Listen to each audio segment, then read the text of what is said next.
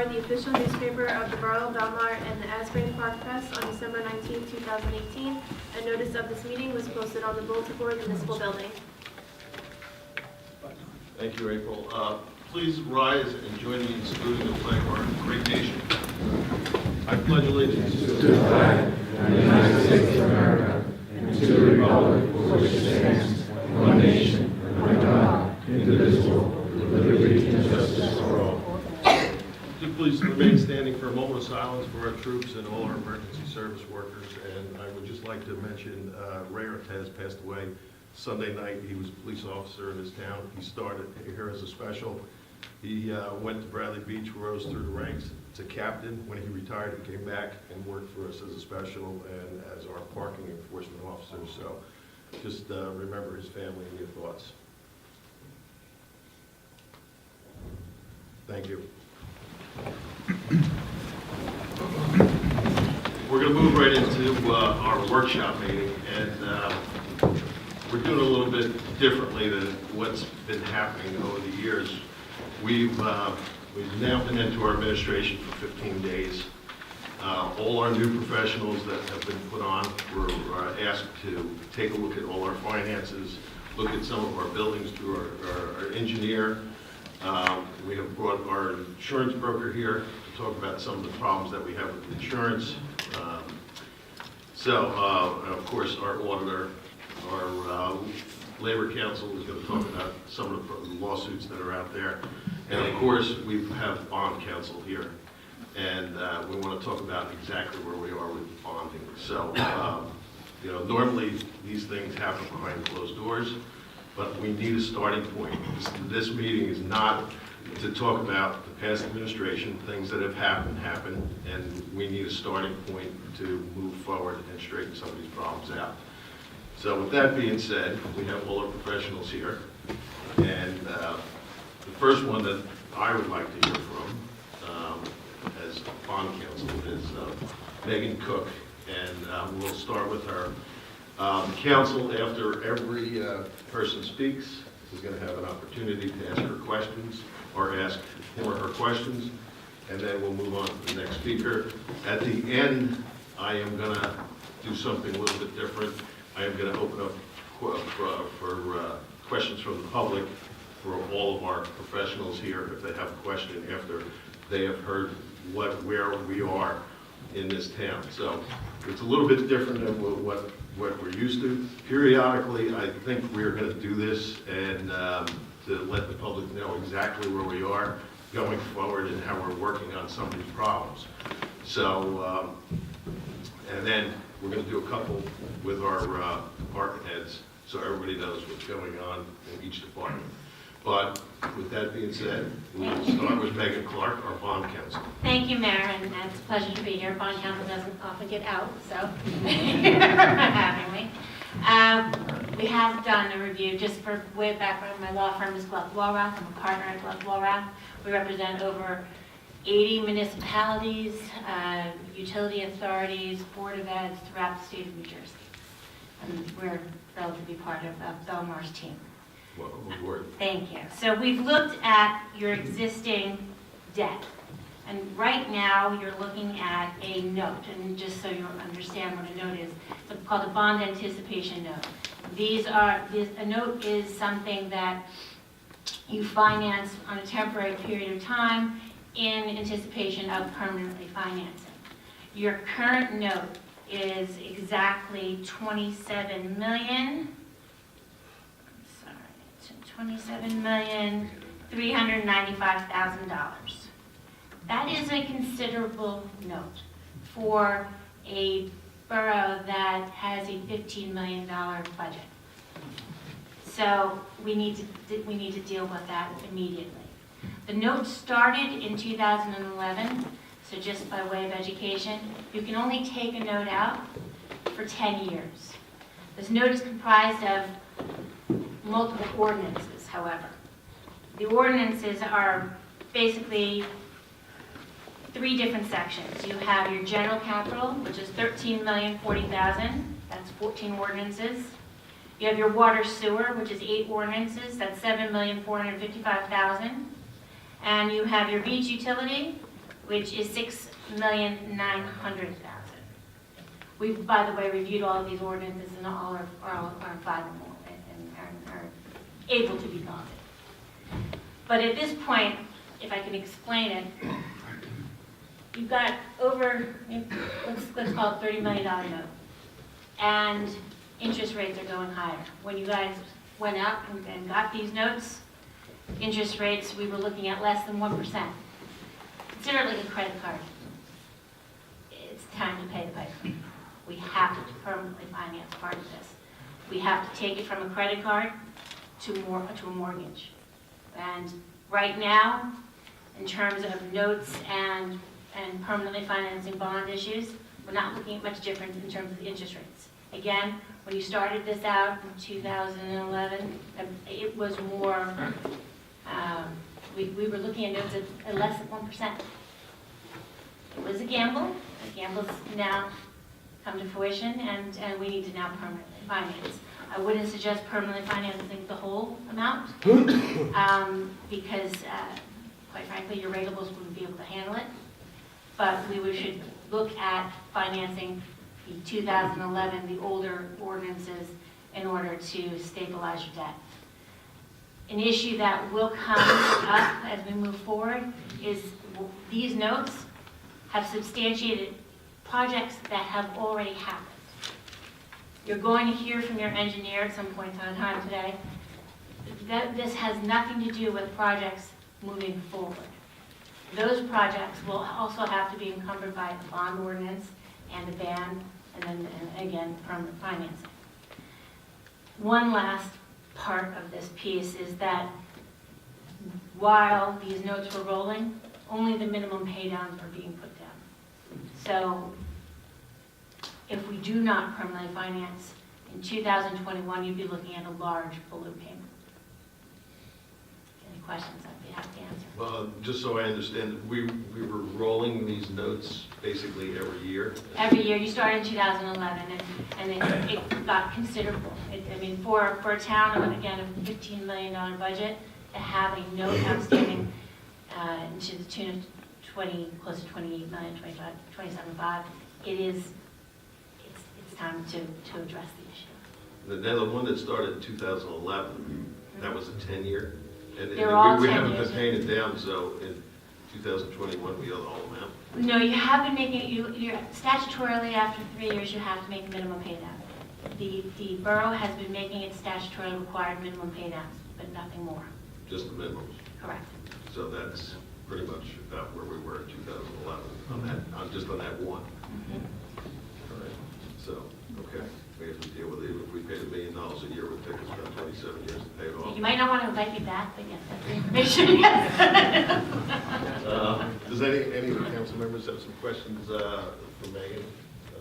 She did a great job explaining where we're at as far as... I just want, what's involved with, said we could start paying part of it down, is it like we would have to refinance?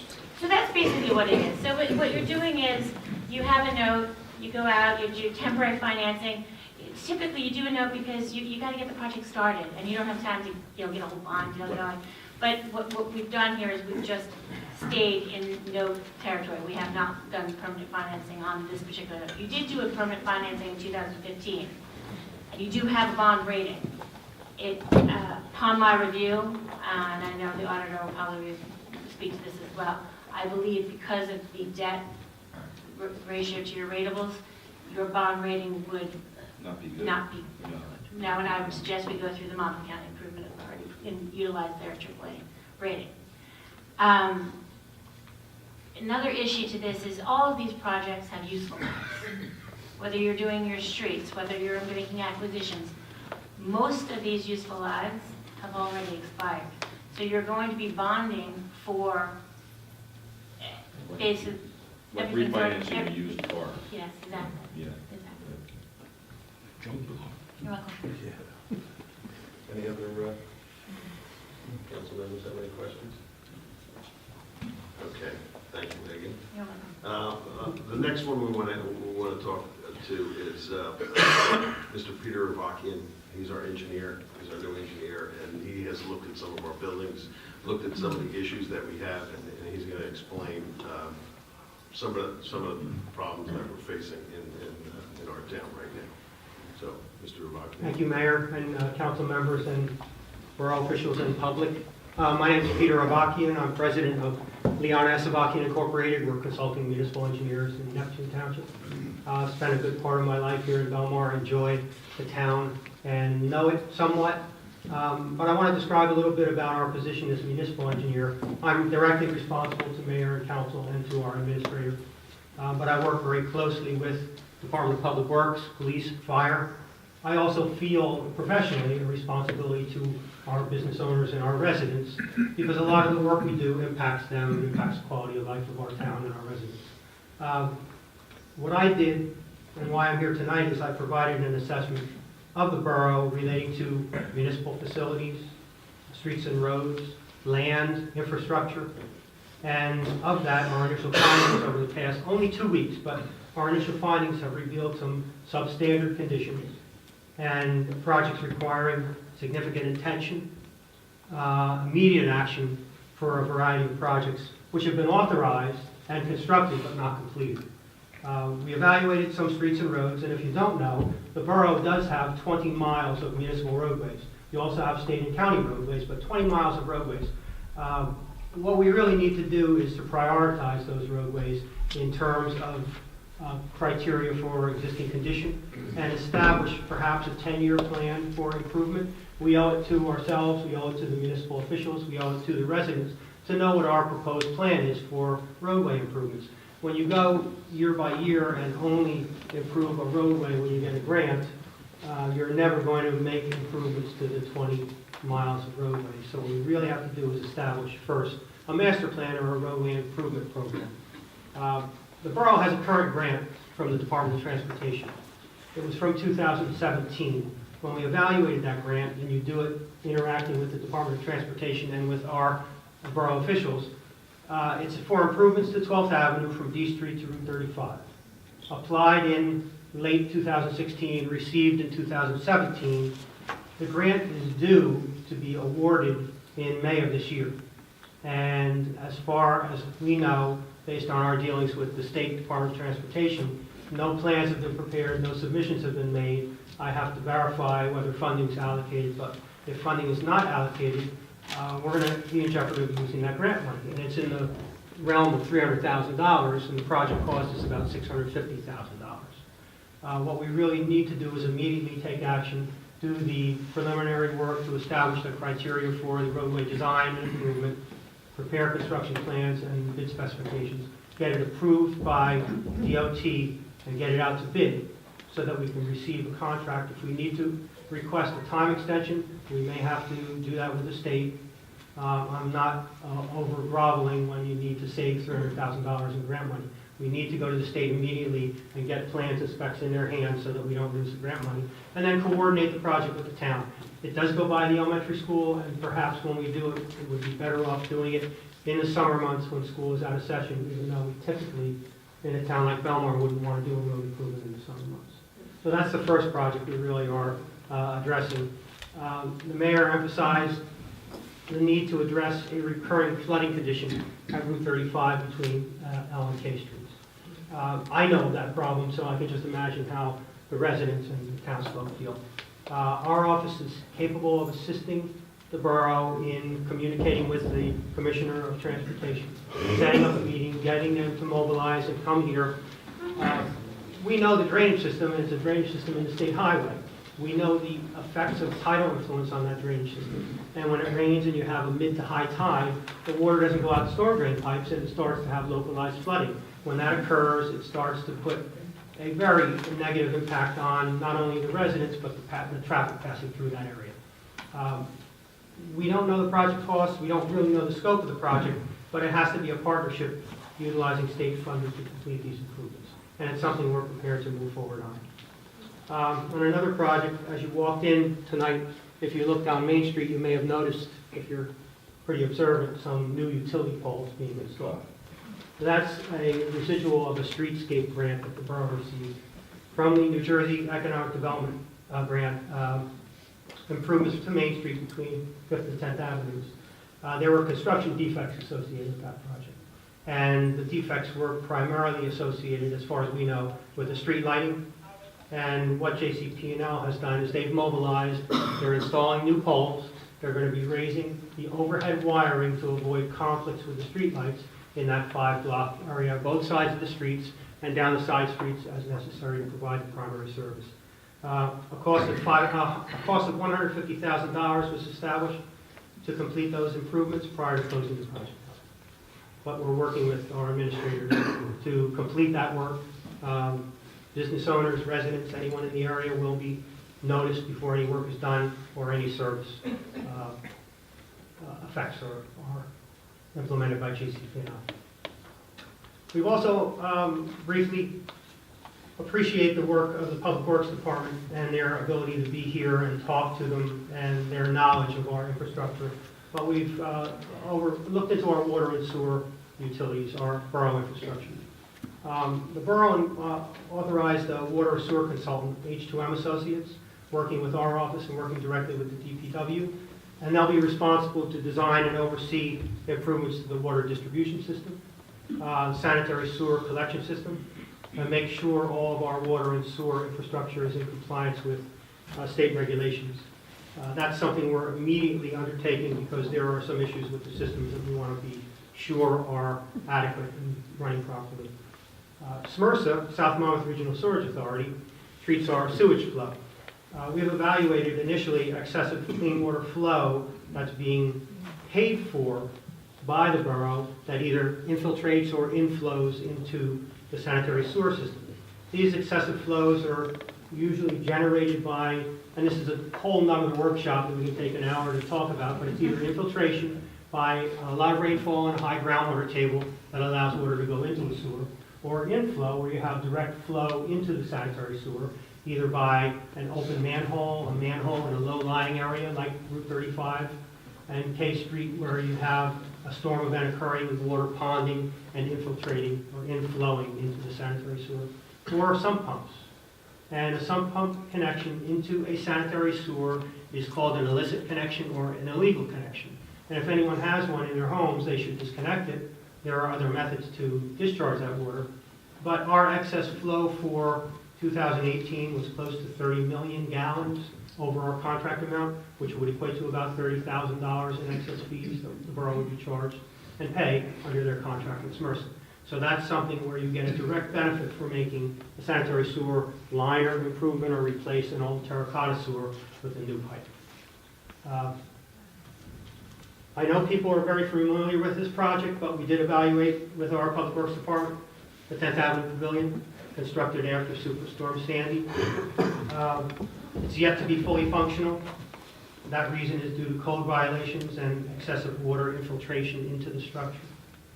The building still requires additional evaluation, and repairs have to be made to correct the construction defects prior to occupancy. And what we're going to do is we're going to take an immediate look at this with contractors and receive proposals for direction they're going to get from our office to complete work prior to the summer season. We just have to do it. It's a building that's tremendously functional and provides a very, very high level of benefit to the borough along the beachfront. Police, fire, first aid, lifeguard, all the emergency services that a beach needs in the summer months are housed in this building, and it has to be operational. So that, again, I guess they are all priorities, but that, again, is a priority that needs to be done now because the building has to be retrofitted, constructed, improved before the summer season. Another major project that we've initially evaluated with the state of New Jersey and with the contractor is the Lake Como outfall pipe. That was constructed, as you probably know, utilizing a $6 million grant from DEP. It was under the flood hazard mitigation program that was established after Superstorm Sandy. The project was deemed substantially complete in July, but it has not yet been closed out by either the borough or by the state of New Jersey. We need to evaluate the status of construction approval. There were construction change orders that were recommended and implemented by the contractor, but apparently not formally authorized. The state hasn't reviewed them, and our office has to take them and figure out what the design criteria was for authorizing them figure out the cost with the contractor and make a recommendation if there's a validity to the cost to the contractor. The good part of this project is that the construction cost to date is significantly lower than the grant amount. So if we can prove to the state that it was a valid claim for work done and the contractor is owed payment, we'll work with the borough and with the state DEP to get those payments made and the project closed out. Finally, just as we think we're catching up on projects that we know are ones that we have to pay attention to, last week the borough received a violation notice from DEP, somewhat minor in my mind, but still a violation notice. The borough maintains their municipal storm drainage system by a permit.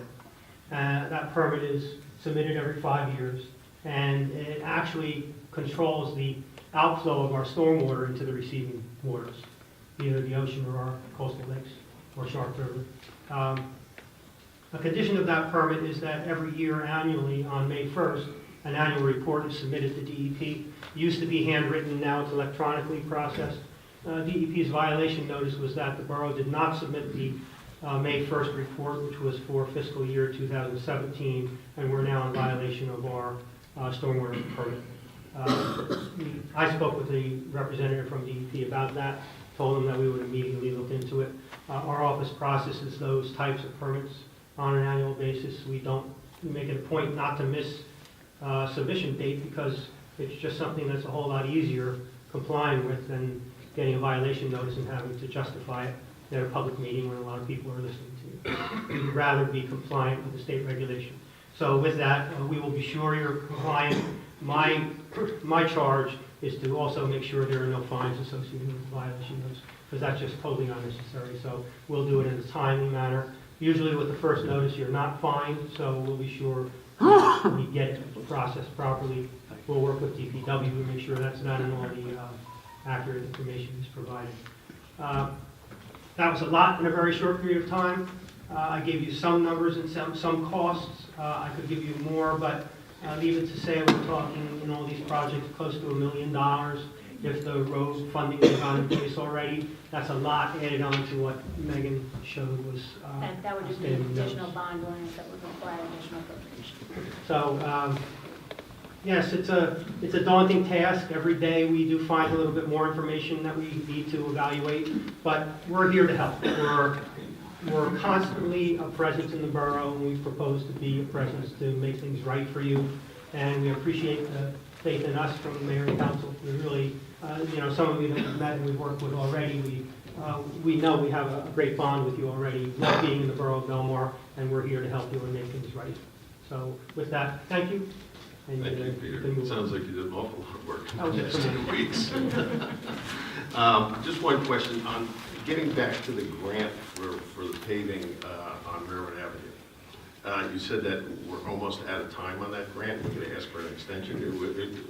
What the You know grant what the does reason is is when you get an agreement with the state, you submit a grant application and the state approves it.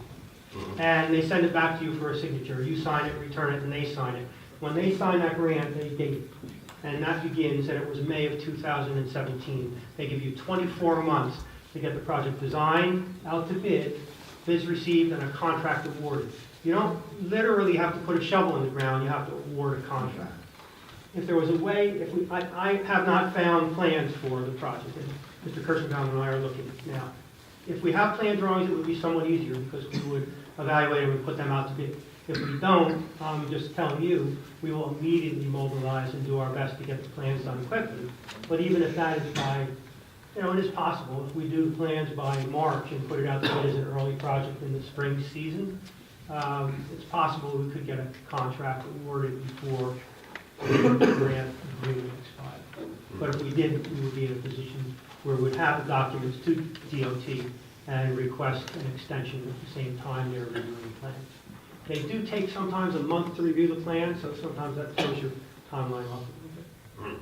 I was just curious because I was wondering why it hadn't been done. But anybody on the council have a question for the engineer? I have a couple. Okay.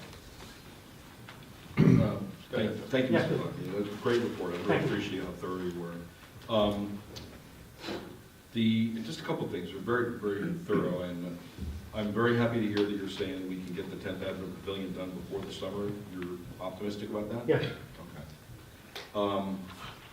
The lights on Main Street, I saw them working today. The light fixtures themselves were already installed, Correct. but the poles were still too low, so they've never been turned on. The overhead wires Were too low. were in conflict with the light standards themselves. Some of the wires were touching the light Right. standards. And that would be a design flaw in the original plan?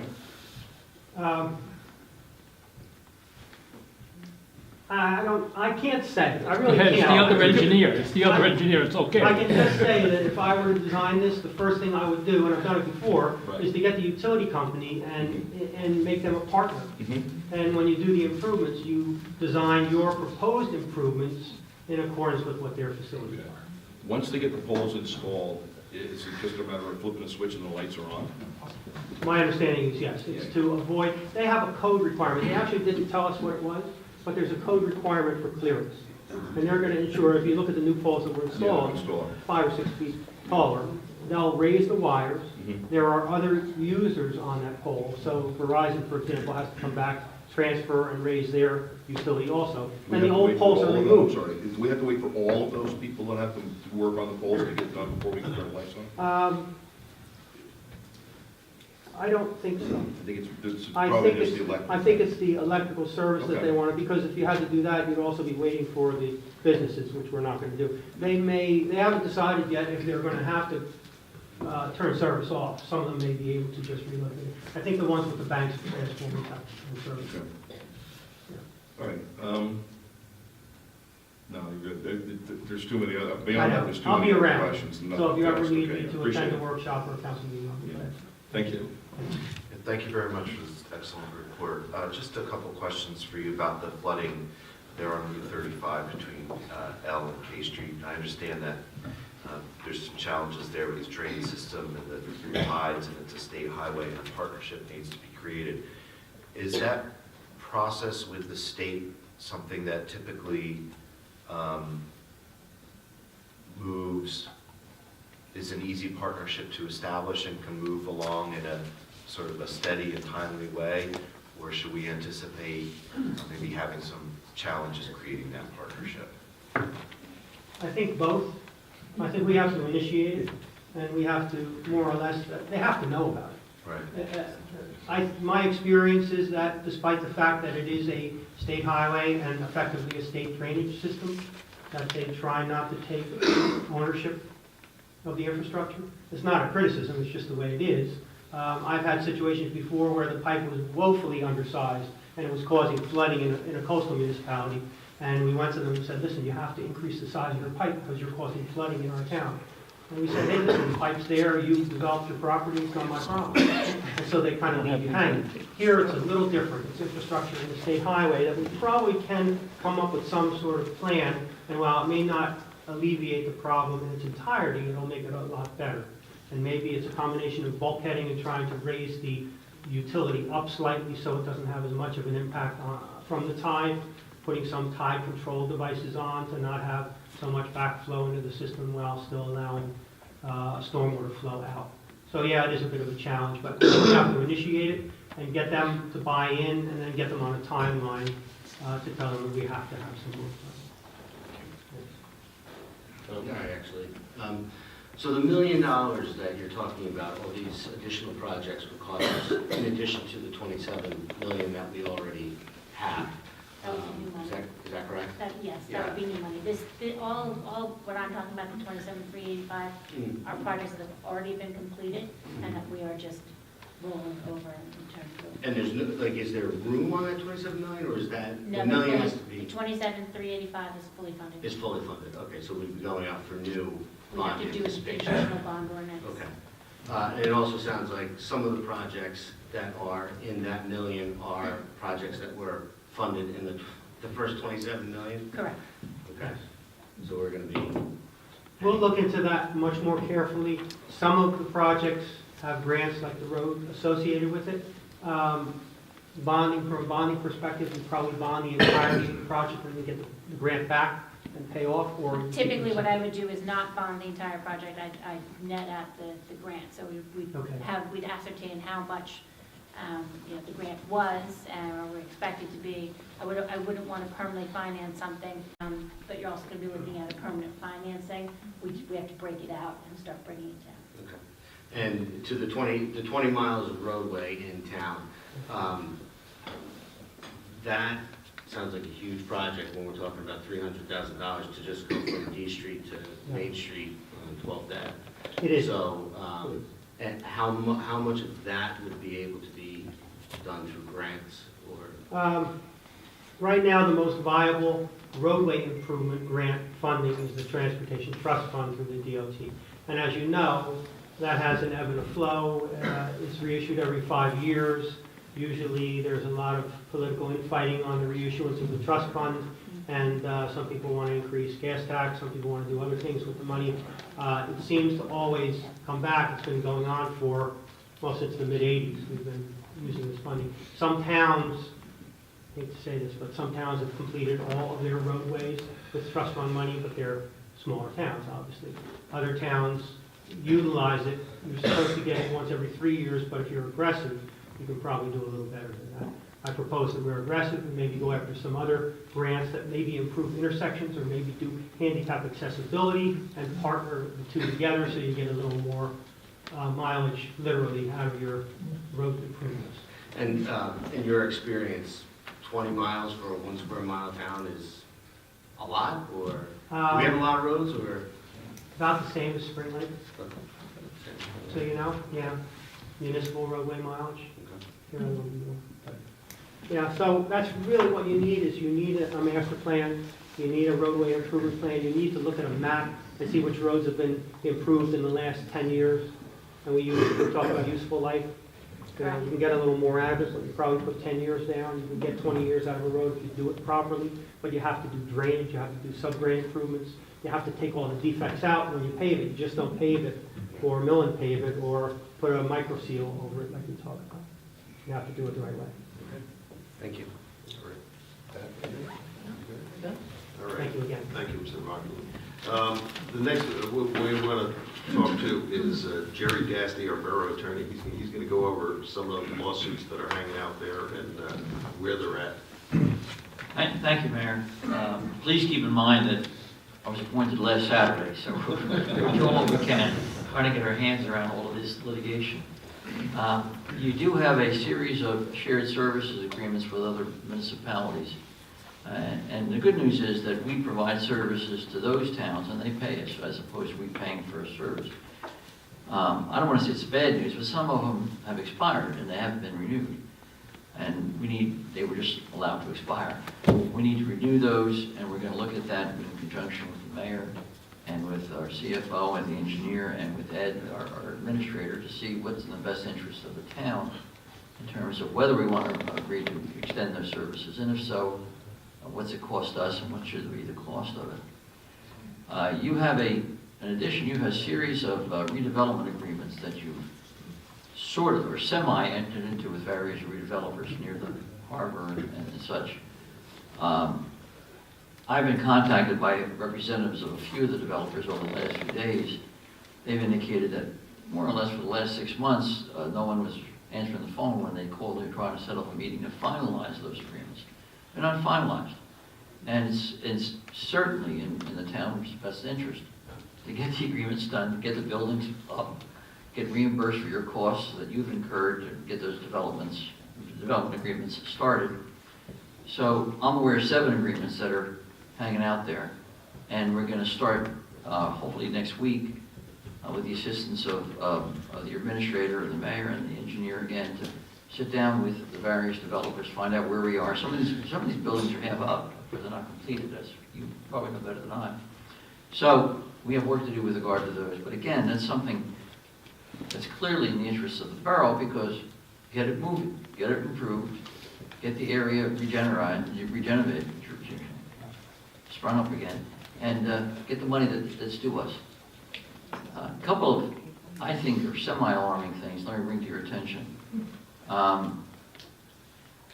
There's a judgment against the borough in one of the lawsuits that were initiated about a year or two ago. The borough owes about $135,000 to the plaintiff in one case. We haven't paid it yet. It's a case that was initiated, as I think, I'm sure everyone in the building here knows more about the history than I do. I think a referendum or some sort of it had something to do with the beach area. We lost the case, and the judge has issued an order of about $135,000 that we need to pay to the plaintiff's attorney. Insurance doesn't pick that up. We need to pay that money. That's still pending. I understand that there was a motion to appeal that decision, which was argued before the appellate division last fall. There's no decision yet. So at this point, it's money we owe. Another case that I'm sure that you're all more familiar with than I am is the Harmon litigation. Harmon litigation is something that is covered. Does everyone sort of know what that's about? Harmon? Oh, yeah. Yeah, Cool. So, too much. Harmon is a case, I'm sorry, Mayor, I'm giving you my back, excuse me. Harmon's a case that was to be approved by your insurance company, your casualty insurance company, like any other slip and fall accident that the police might be involved with. You have insurance for that. Because of the allegations in the complaint alleging inactions by the town and many of the people on the council,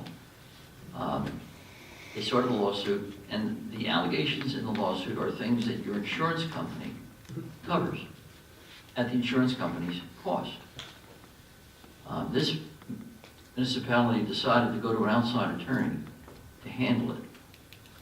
The normal, I do a lot of that kind of work. Our firm does a lot of what we call JIF work, a lot of defense work for their various towns. The normal hourly rate that the insurance companies would charge and pay to the attorney is about $150 to $175. You've been paying $475 to the outside attorney per hour, to the tune of about $400,000. I've been checking with, so you've been paying 3 times what the insurance company would have paid for you. I'm checking with our township CFO, and we don't yet know, or do we, Christine, have we been reimbursed the third that we're owed back? I don't believe so. Yeah. It doesn't appear that anyone had the thought of saying to the insurance company, oh, you owe me a third of this $400,000, and send it back. So that's on the front burner.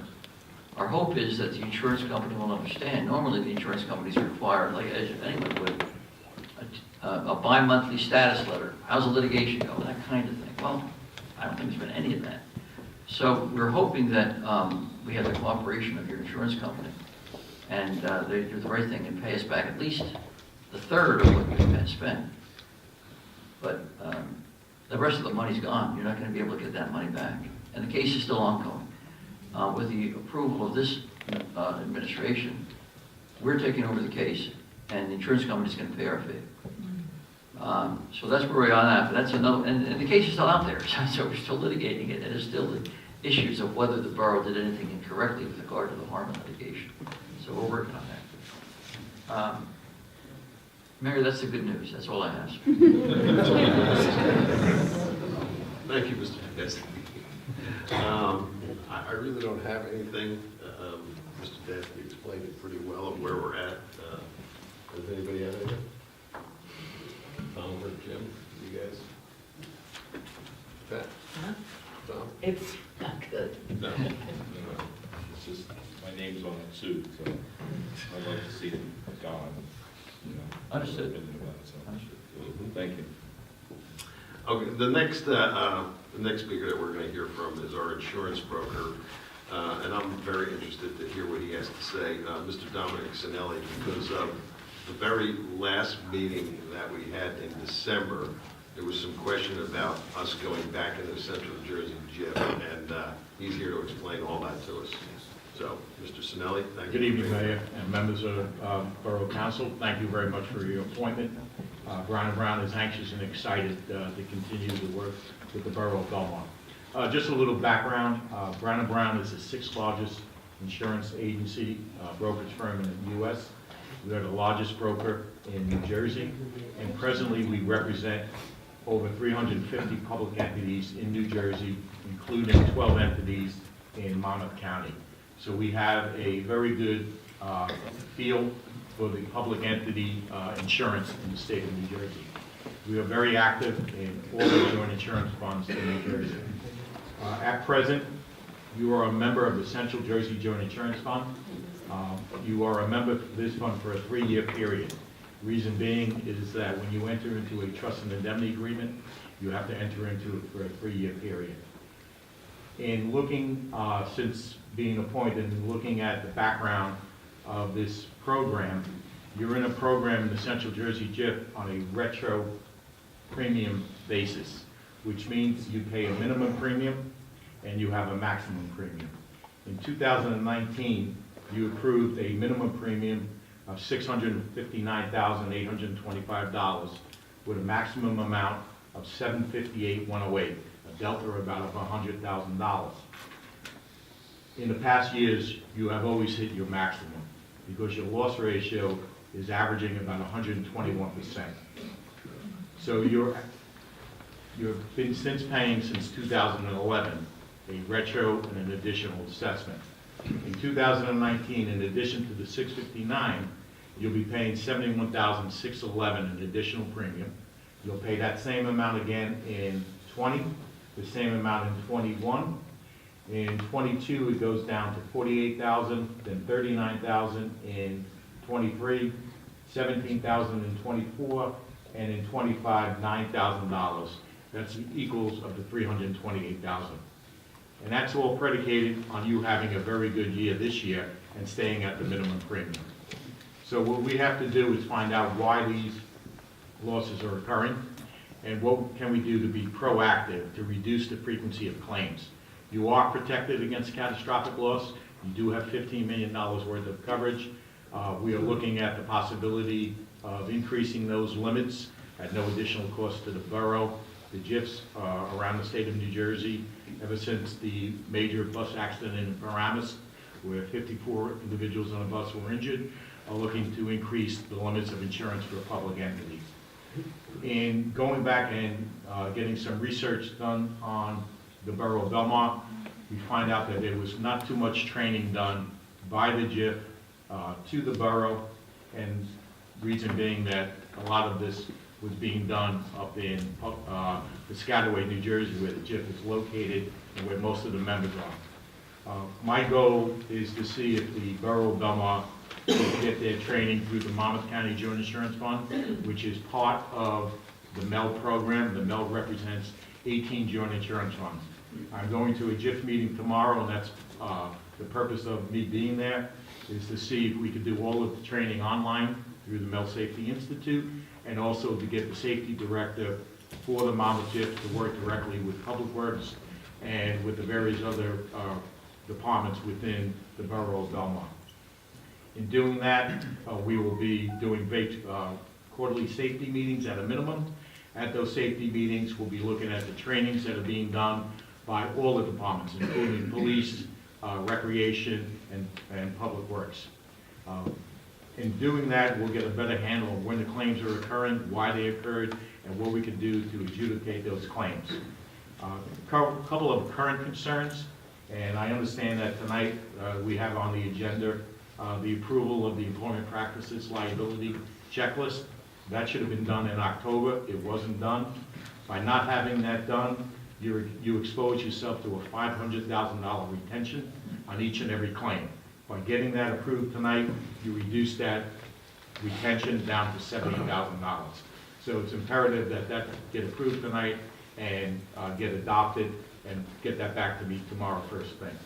Also, I met yesterday with your IT person to talk about the cyber risk deductible reduction plan. In the last month, there were 10 municipalities that had cyber attacks that were hacked.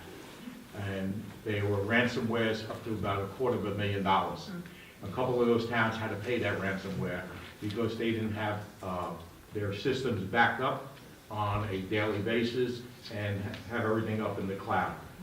We are recommending that we adopt this reduction plan. Right now you have a $10,000 deductible. If we get approved for Tier 1 and Tier 2, we'll reduce that deductible from $10,000 down to $2,500. So hopefully we'll have that done very soon. And also, we recommended to the business administrator and to the mayor and to the attorneys that we purchase the flood insurance for the 2 properties pavilions on the boardwalk. Presently, there's no flood insurance. There was a proposal about 10 months ago that was never approved, and no flood insurance. So right now, we are recommending that we purchase flood insurance on the both pavilions. The premium is roughly about $9,400 and change. We quoted that with 2 different companies, Wright Insurance Flood and Selective. We're recommending we go with Wright Flood. We'll cover the buildings for $500,000 in property and roughly $20,000 in contents with a $10,000 deductible. We'll further work with the engineers to see if there's a need to purchase excess flood insurance in the conventional market. So it takes 30 days to get this program up, so we're recommending that we approve this and get the flood insurance approved. That's basically our report in the week and a half that we've been part of this. Thank you, Mr. Sinelli. One question I have, and it just keeps, I keep rethinking it. I asked our last insurance broker why we are not in the Monmouth County JIF, because all the towns around here are in the Monmouth County JIF. And is it one of the reasons why? Because we owe the extra premium that has never been paid? Well, it's something that we will definitely consider. The Monmouth County JIF is one of the subjects of the MEL, so is the Central Jersey JIF. I'm sure with a little leverage by our firm in the marketplace with the MEL, that maybe we could carry this deficit over, or we could make it part of our premium going forward. It just makes sense that you be part of it. And just for everyone here, a JIF is a joint insurance fund. It's basically a shared service of municipalities. In Monmouth County, there's excess of 43 municipalities in the joint insurance fund. In the Central Jersey JIF, there's 8 members in that JIF. There's other joint insurance funds from Bergen County, Ocean County, Essex County that have their own joint insurance fund. So it makes sense geographically that Belmar be part of this joint insurance fund. We'll take a closer look at that because it's the same underwriters that write it, and we'll look at it. But right now, we are locked in for a 3-year period. I would say that there could be a possibility that might happen sooner than later. Okay, thank you. Any of the council members have any questions? Mr. Sinelli? Okay, thank you, Mr. Sinelli. You weren't appointed yet, but on December 31st, the council was placed in a position where we had to approve an insurance project at that meeting, obviously because it expired at the end of the year. We were placed in a position where we had to go with their recommendation, otherwise the borough would have been uninsured. But Frank Kelly was here and recommended the Central Jersey Insurance Fund as our JIF, and there was quite a robust discussion about our very valued borough employees and the fact that they have access to very thorough and convenient training to prevent loss. And he committed to the council that day that would absolutely be the case. I know you touched on this in your presentation, but are you feeling confident that those commitments that were made to us on the 31st will be able to be followed through, and our borough employees won't have to travel to Piscataway to be able to either go online or have training here locally in the county, or even better in the borough? We're going to recommend a lot of training be done. It's called the MEL Safety Institute. It's an online training. And whatever training cannot be done online, we're going to have the instructor physically come down here and work with us. So you're not losing your employees for an hour commute, an hour commute back, and a 2-hour training. It'll be done here. The goal is, when you get an inspection from POSHA, the first thing they look at is your training logs and your written programs. So we have to make sure that our all training logs are up to date, that we're getting the normal courses that we need. And they vary from bloodborne pathogens to confined space to personal protective equipment. So we'll make sure they're up to date, and we'll make sure all the written programs are up to date. And we'll work closely also with the police department. They do a lot of their training, I would think, on NJ Learn. And we'll make sure that their written programs are up to date. We'll also make sure that during the season, when the seasonal employees come to work, that they're getting initially trained. And the training is called 101 Days of Summer. It's basic training to teach all the seasonal employees what to do if they're faced with certain conditions. Thank you very much. I did have one question, I'm sorry. Thank you, Mr. Snow. Thank you for your report. The training, do you find in your experience that when we have more and thorough and documented training, that we have fewer accidents, fewer losses? That would definitely be the goal of the training. Does it help with our premiums at all? Yes. What it does is two things. One, you have the training, it's required. So number one, you have to do it required. Number two, when you have the safety meetings on a bi-monthly basis and you look at a claim and you see what's going on, you know, the employee might be a very good employee, but he just might be he or she might be a little careless. So that employee might be better off with one-on-one training. Right. So basically you focus a little bit more in on the type of claim that is occurring and why it's occurring and where it's occurring. And a lot of times it's a matter of changing the culture, okay, it's from top down. So letting everybody know that we have our goal is to provide a safe environment. Okay, accidents are going to occur, but to make sure they get the best medical attention and get them back to work. A lot of times we try to look at a modified duty program. So if an employee gets injured and they have a restriction, and the restriction is they only lift up to 20 pounds for a 2-week period, well, we should find a modified duty position for them for that 2-week period to do that type of function, instead of being home collecting a paycheck. Thank you. Thank you, Mr. Snelling. Yeah, I actually. Oh, you do? Yep. So I'm trying to get a baseline. It sounds like this year, our premiums with the additional assessment could be over $800,000. That's a huge number, or that's a normal number? Like what, for a town of our size, and I'm not sure what the metric is that you compare it to. Is it budget? Is it workforce? Like, where should we be? It's a combination, okay? You take a look at all the underwriting information that's submitted. It's your payroll, okay, your number of employees, police, number of employees in public works. It's your losses over the past years. It's the type of claims that you've had over the period of year. So, just so you know, your property claims are running about an 88% loss ratio. Your workers' comp is about a 70%, which is not bad. Your liability claims, which includes your slips and falls, your police professional matters, your employment practices matters, your public official matters, which Jerry alluded to, that's running at 156%. So that basically means that for every dollar the insurance company is, every dollar that the borough's paying in premium, the insurance company is paying out $1.56. They're losing money. So that's the loss ratio. So the goal is to get that loss ratio down under 80. So it can be done. So that's why we have to focus a little bit more on the type of claims. It's all relative to the size of your borough and the type of operations that you have. Yeah, I'm just looking at the fact that we have a $15 million budget and our insurance premiums are, $800,000.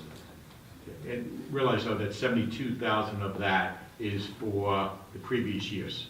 No, I understand, but you're gonna pay it in this year. You gotta pay it. So, and we can't, one of the reasons that we can't leave the JIF that we're in, where it makes it very difficult, is because we have this $320,000 additional assessment. Let me clarify that a little bit. It probably,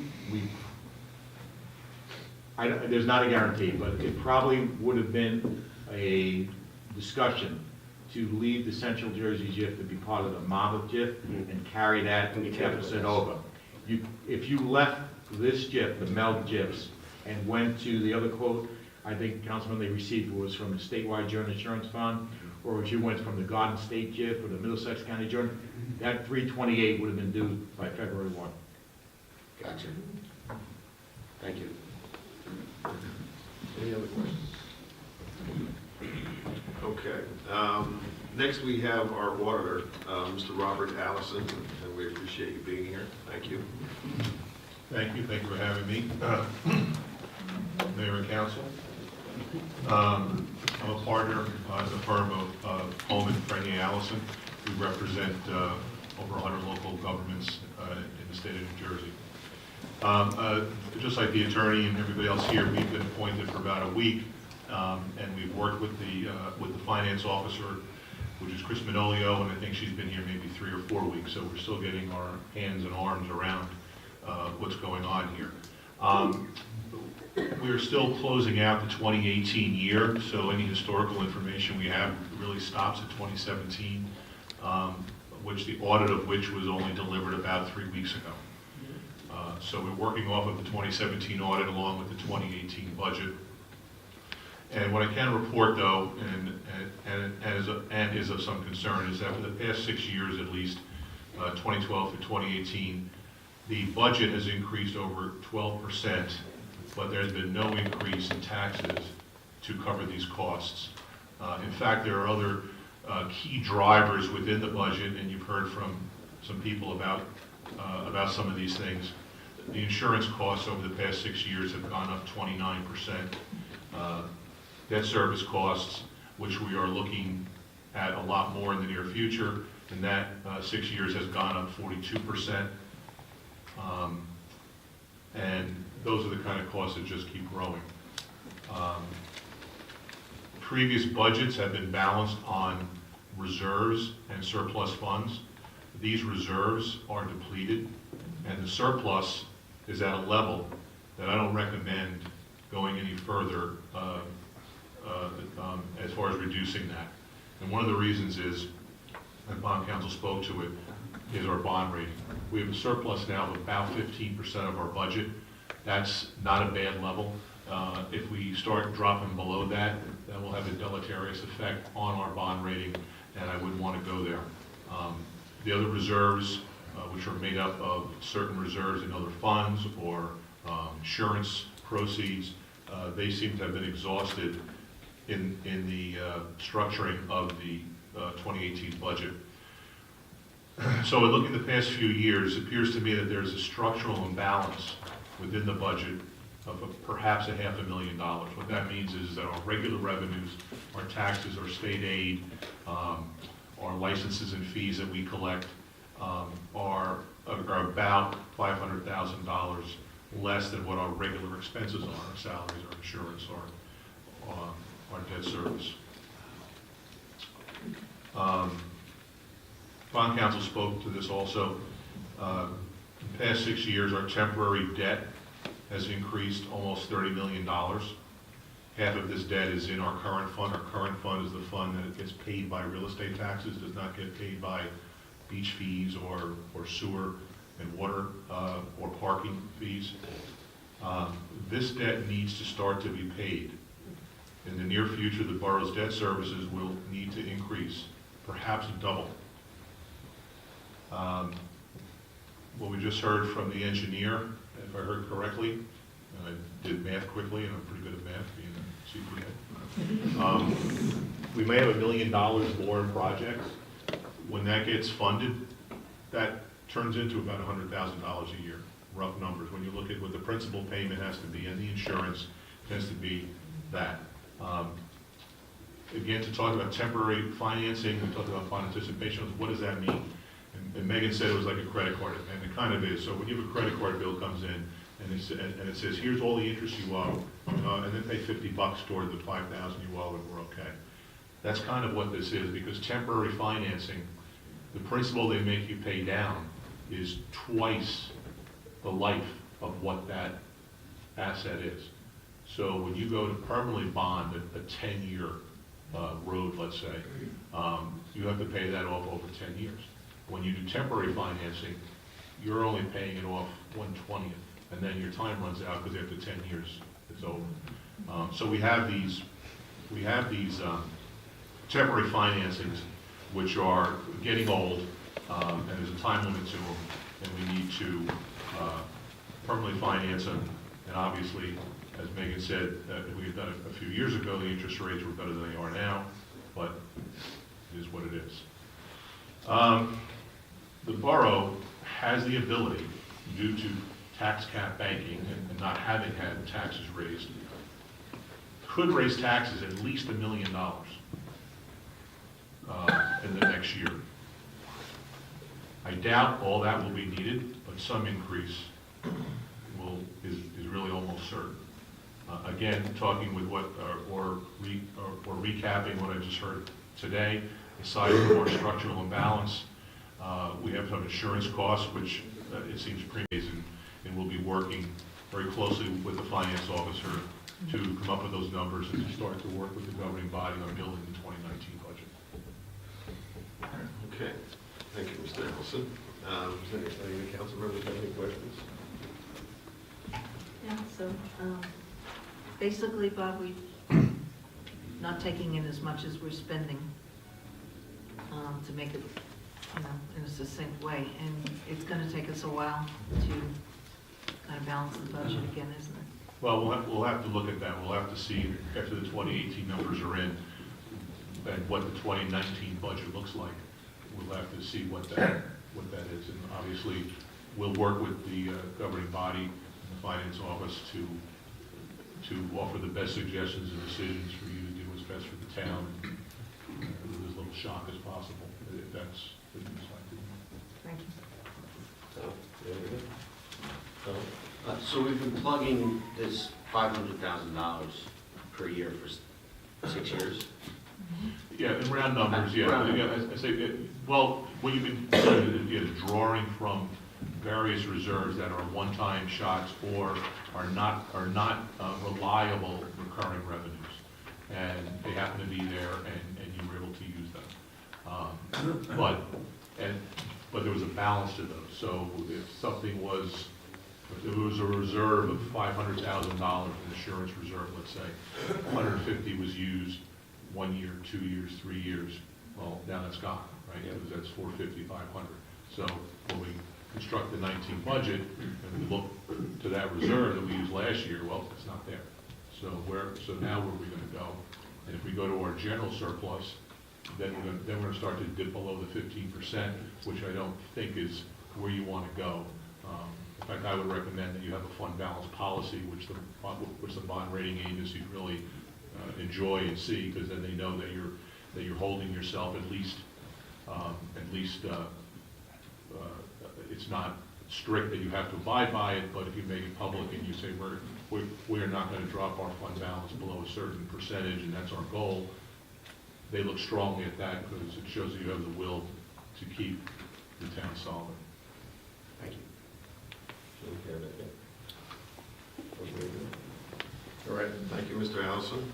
I'm going to open it up to the public to ask some questions of our professionals. And I'm just asking if you keep it professional and if you ask pinpointed questions. If anybody wants to come up, just give your name and address, and you could ask our professionals before we release them and let them go. Yes, come on up. Nita Pecorelli, River Ridge Apartments. I hate to add bad news to all of this, but what about our fire department? This is in bad shape. The buildings are crumbling. The trucks are as old as 2008. Our citizens don't have a sense of safety. Our goal, we have to keep them safe, and I don't think we're covering it. I just didn't hear any words on any of that.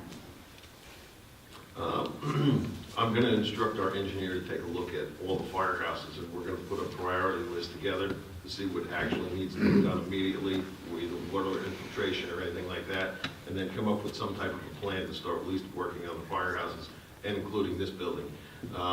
We're currently with our business administrator and fire officials. We are working on a couple grants that it looks like we'll be able to get one of the fire trucks through a grant. They're working on that as we speak right now. So it is a priority for us, and we are working on that. How long does it take to get a fire truck? Probably about 2 years by the time you order it and get it. I can't answer that. Probably our fire official, our fire administrator. It's about 2 years by the time you order it and get it here. So, And Lake Como is paying us for fire coverage? yes. And where does that money go? Can I ask that? It goes in the budget as a revenue, Okay. anticipated revenue. Thank you. The black hole. Yes, Mr. Gilbert. I have a few things. First of all, I'd like to say, Mr. Mayor, thank you for assembling these people, these adults. anybody that's been around here for the last few years knows there hasn't been too many adults around here. Thank you all very much. Thank you, everything. The first thing here is, because a lot of you are speaking, way over my head. But I have a question here, man. You said that we started out, our interest on these bonds was about 1%. No, on the notes, you did do On a the bond notes. issue in 2015. This current, which is a bond anticipation note, is the $27,385,000. Yeah, a few years ago, we were looking at less than 1% interest rates on notes. So it's a lot of people were doing just notes, they weren't bonding. Unfortunately, as you can see, interest rates go higher. You can't predict it. I wouldn't be doing this if I could predict it, quite frankly. But right now, we're looking at 2.5%. 2.5%, okay. That's what my I question was. anticipated. What is it now? About 2.5%. Thank you. Sir, the attorney, that Harmon's lawsuit, is that in state court or federal? Federal court, federal district court. Federal court. And I know, I shouldn't ask this question, but what ballpark figure, if we lose, Oh, what do you think? I can't tell you that one, I'm sorry, sir. I can tell you that part of the plaintiff's complaint as we speak has been dismissed. So part of it's gone, part of it we're still gonna have to litigate. But I can't predict. Yeah, I figured. But I would think that most, if God forbid there's a judgment against us, it's covered by insurance. Okay, So it should be. all right. That's Now, there's a deductible that we probably haven't paid yet, you know. Yeah, thank you. All right, to the engineer, about the 10th Avenue pavilion that's run into these problems. I don't know if you're familiar how the two pavilions, the Taylor and the 10th Avenue, you know how that came about and everything? We had to vote, a couple of votes, and it was narrowly approved for both of them. Somewhat. All right. At this point, this little, and actually that's all it is, a little building. It's a year and a half or so past what it should be, and we're still counting money there somehow, maybe. What about going back the other way? Because neither one of these two buildings I can see is gonna last 20 years. What about cutting our losses on this? We'll evaluate it. The structure itself is a useful structure. The defects have to be evaluated and remediated immediately, or the structure will continue to deteriorate. Yes. So that's what we're going to do right now. And it'll be done before the summer, and then we'll evaluate it on an annual basis, and the borough will maintain it. And, you know, it's hard to maintain something that you can't utilize, so that's our first action. Exactly. Thank you. All right, thank you. Can One I other- can I actually jump in and ask a question about the 10th Ave building? Certainly. Are the defects just workmanship or like design defects? In your opinion? Based on the way we observed the water infiltration coming into the building, it doesn't look like it was related to the way the building was constructed. It looks like it's the design detail, meaning it doesn't matter who did it or where you bought the door from. The wind coming from the north or northeast is pushing the door in against the seal, and the water is coming in around the entire perimeter of the door for the ones we observed. Poor design. Variety of other locations. So the location of some of the entries, the method of trying to prevent water infiltration at some of the entries seems to be the point of water infiltration. Thank you. All right, one other thing for our broker here. Is there an alternative to OSHA training? Yes, there definitely is. OSHA training is just a required training. There's additional training that's done by the JIF. Say, for instance, we have an issue with back injuries. So we would have the JIF come in, their loss control specialist, and do some basic back training, back lifting training with all the employees. So there is other training than OSHA training. It's training that's done in the private sector that's attributed to people here in the public sector. But overall, you have to use OSHA? No, the training is done by a private company. That's a thing like for backs. Yeah. For It's just- specific thing. But the overall certification is OSHA? No. In the public sector, you have OSHA in the private sector. In the public sector, it's P-OSHA. It's P-E-O-S-H-A. It's P-OSHA. There's certain mandated training programs that you have to comply with. So that's what's being done. In addition to, we do additional training to basically offset any type of injuries that are not mandated by P-OSHA. Well, P-OSHA, is that the federal agency? Yes. Well, that's my question. Is there any way around using them? Directly? Correct. Everybody who comes in is OSHA certified to do this training. Why does OSHA certify anything? That's the federal They're a government. federal agency. What do they know about work? I hate that, yeah, but they. I stated that wrong. But what do they know about productive work? How can a person that, I'll say this, I know it's not going to be nice, who dedicates their life to never doing work, okay? Turn around and say, you must do this in such and such a fashion.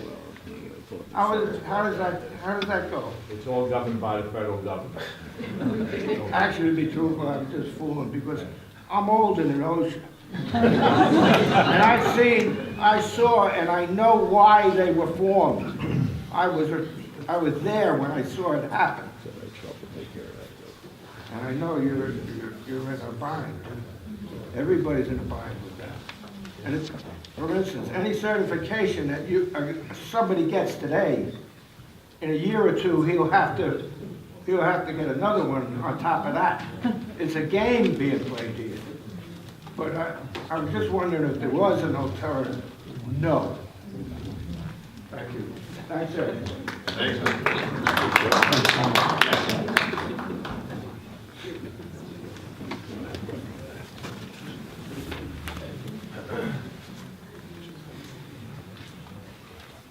Hi, my name is Steve Lemoyne, and thank you, Mayor and council members, and all our distinguished consultants, if I get it right, just a few questions.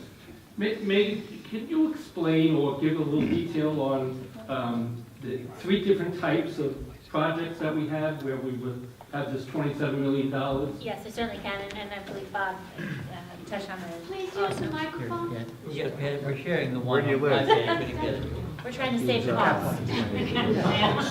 So I wrote down we have like 13 in Yeah, general. so the general cap, that is what is paid by the property tax owners, the rateables. That's the general cap. That's the $13,040,000. The water. Okay, but what did that, I mean, those What are, comprised that? yes. So those are general capital improvements. They would be sidewalk improvements. It'd be anything that the acquisitions that would be for the general public. Water sewer improvements. Okay, so that's that, so I just. Well, last year, if I could just jump in, last year, we had $1 million bond for the playgrounds. So it would be those type. Okay, so it's $13 million that we've already spent on various improvements in town. Yes, and we owe that money. So just for your accuracy, that general capital, that portion of the note consists of 14 ordinances. Again, I've only been retained for a week and a half, so I could not possibly tell you what those 14 notes, but that's the flavor of what the general capital ordinance would be.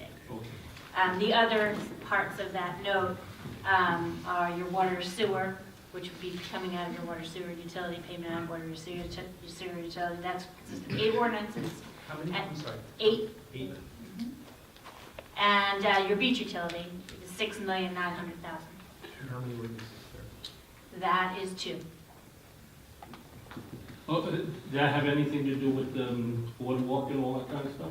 That would most likely have some direct. I think it was probably the purveyance, because I'm not sure if we got any of the FEMA money for those yet. Okay. And that could The be- pavilions that the previous mayor said wouldn't cost the citizens anything? That's the ones. That's the ones. Just so I got that straight.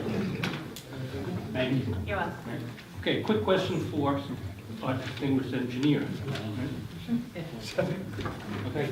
And I'm just going to relate this to football. You know, when a player causes a penalty, they cite out, you know, the team, the player's name and the number and what the penalty is. So with that in mind, I don't know if I'm going to answer this question. okay, so the first item I wrote down had to do with the 12th Avenue road improvement, right? That plans were not submitted in time for us to move forward with the grant and everything. Who is on the bucket in this town for not submitting those plans? Well, if I was your municipal engineer and I were to secure a grant for you, for the borough, I would then be responsible to do a few things. Provide the Borough Council with a cost estimate and a scope of work. Get that to the Department of Transportation to get it approved, and then give the borough a proposal to prepare plans and specifications before anything goes out to bid. Has to be approved by Borough Council, funding has to be put in place, and then we need DOT approval before we go out to bid. Okay, so who in town is responsible to make sure that our engineer did all that he was supposed to do? Well, it would be fall under the borough administrator, but, you know, like I tried to start out by saying, we want to know where we're at right now. I don't want to look back. The problems that we have coming up to here, let's deal with these problems. We don't want to start pointing fingers on who did what and who did anything. We want to start fresh. The reason why we put everybody in today is to let everybody know exactly where we're at, what we're up against, and we're going to start working towards straightening those things out. But you gotta know where it fell down. Yeah, well, we can all imagine what that happened, but I don't want to run this meeting like we're pointing fingers. So, you know, if you have a question for all of our all of our professionals, you know, on what they talked about, but I don't really want to run the meeting where we're going and pointing fingers. So this whole exercise that we did tonight is to get a baseline where we're at, and now let's start moving forward. We got to work on the bonds. We have to work on the buildings, and But when do we do that, though? When do we peel the onion and say, you know, this is where we fell down. We need to improve, or we need to put, or make people that are in these positions responsible. well, that's going to happen from today. I mean, that's going to happen from January 1, because if people aren't doing the things that they are supposed to be doing, they will not be here. Then it's not just going to be cookie cutter every year. They will not be here. So, and that's what I can tell you. And that we're looking at moving forward. We don't want to start pointing fingers at what happened, because we don't know exactly what happened, but this is the position we're in. Now, like on that grant that Mr. Avakian talked about, that has to be worked on immediately. We have to get an extension. We cannot let that go. So Mr. Avakian is going to work on that. He's going to get everything put in place, and we're going to get that grant underway. Okay. And if you don't do it, you won't be here next year. I'll see it. So the Main Street scape up there, the streetscape, I wrote $150,000 for the new poles, whatever. Obviously, it was a mistake made by somebody. Okay. Are they covering it? Yes, sir. Yes. Yes. Oh, okay, good. That Yes. was good to know. Yes. But believe me, they are going to cover that. Okay. And then, you know, with regards to the overall deficits and budgets in the town, you know, right? I'd like to propose that we go into a severe deficit cutting budget and cut, pay the debt down, get rid of the debt, but cut. Don't put it on the backs of the citizens. Cut, right? Thank you. Thank you. Yes, in the back. Good job. And then Kenny's next. Good evening, Council. Thank you for having us tonight, and I want to welcome everybody who's new to the panel. And I'm Rich, looking you just forward give us to a working quick- within the community and working with you folks. Quick Just question. give your name real quick. Oh, Rich Seidel, 2010 Surf Avenue, Belmar, New Jersey. Thanks. I know we're talking about deficits and things of that nature. Is there anything positive regarding real estate reassessment that was done? Are real estate taxes overall increasing? And is that going to impact upon the deficit? Not really, because all they do is even out the town to where, you know, taxes, they just take the big pool of tax money that we already collected and reassess it to everybody, so it really doesn't. Have no impact? No, because yours going up, other people's might have went down, so it's about the same amount of tax base, So even it's without a neutral. reassessment. Also, the costs regarding the bonding fees and things of that nature, can any of that be basically looked back as part of Sandy, and where they were willing to forgive a certain amount of the bonding fees? With FEMA? Yes, so you obviously wouldn't be permanently financing anything that, as we said before, would have a grant affiliation or FEMA money. At this point, you've realized that with Sandy. At this point, you should have received all of your FEMA money. I don't know, Bob, if you found otherwise, but at this point, it should be. Well, I think any FEMA money, whether it's received or not, I have to talk to Chris if we've got it all in yet. It's known. Okay, so if it's There's known, no that would not be permanent permanently financed. That would be net. Even though they're not sure what the pavilions would look. Well, that's something that we're gonna have to really dig into. That's like, we don't know exactly where we're at with that. That's gonna take a couple more weeks. And then in the coming weeks, we'll let everybody know exactly where the FEMA money is, if we are getting it. There's a lot of paperwork that still has to be filed, and our CFO is doing an excellent job, hasn't gotten to that point yet, to go through everything with FEMA to see exactly what we got. Bob, correct me if I'm wrong, but I think we determined we did get 4.4 million, went directly to the state on that, the FEMA money to pay off that one loan. The CDL loan. Yeah. Your CDL loan was Well, the forgiven. CDL loan got forgiven. It got forgiven, but I thought FEMA was gonna reimburse them for that, or it just got forgiven from the Just state? got forgiven, so you don't Got have to. forgiven. Oh, you don't just got have to- forgiven, It's a so we great didn't. federal loan here. Oh, okay, all right. So that we know has been taken care of. But we gotta look at all the other ones. And since we're only into this administration 15 days, you know, that'll be the next thing that we're looking at, and we'll give a report at one of our council meetings as soon as we find out. And lastly, I just wanted to thank and let the council know, my wife had an accident in October, and I can't thank Belmar First Aid, as well as the police department, for their prompt response, how they put everybody at ease, and really made a terrible situation so much better. Thank you. Kenny, our former mayor, 20 years. I used to be a lot taller. Ken Pringle, 203 First Avenue. I want to thank you all for being here, and I want to commend the mayor and council for setting this up. I think it's really valuable for everyone. Just a few things. There's actually two judgments. And the amount, the fee amount. Giving us good news? I know, it's bad news, significantly higher than that. The good news is they're on appeal, they've all been argued. And one of the issues in one of the cases is whether or not we can recover a fee on the Susco case, so. How much is is it more than the 135 that I'm aware of? Yeah, it's pretty close to, probably more than 250,000. I don't know. So those are the judgments against the town? Yes, yes. We collected on, there was a third one which we collected on. So there are two others that are probably closer to 300 actually. Kenny, is that an And- additional 250? Was that an additional 250 or a total? Total. In addition, if we win, we get other fees on appeal as well, so that's another piece of this. And if we lose, we'd have to probably pay more fees because we'd have to pay the plaintiff's attorney who won the Well, appeal. that's an Harmon issue, which I want to talk to you about in a second.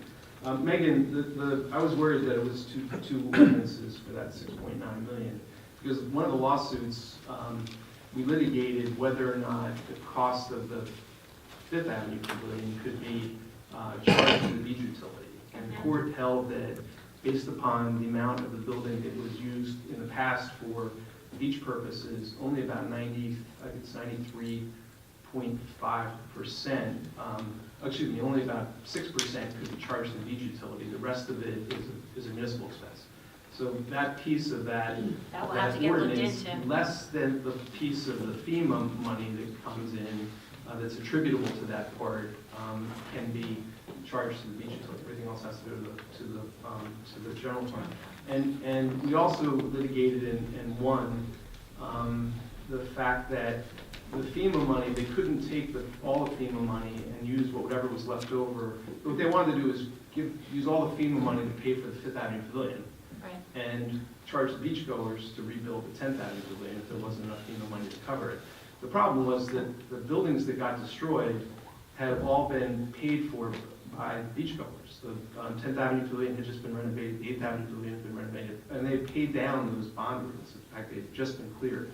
So the FEMA money that came in really had to go to the beachgoer part of it. So my guess is at the end of the day, the FEMA money will pretty much cover all of the debt that is properly assigned to the beach utility, but it won't cover the debt that has to be borne by the beachgoers. That was what the referendum was all about. We won that case right before the vote.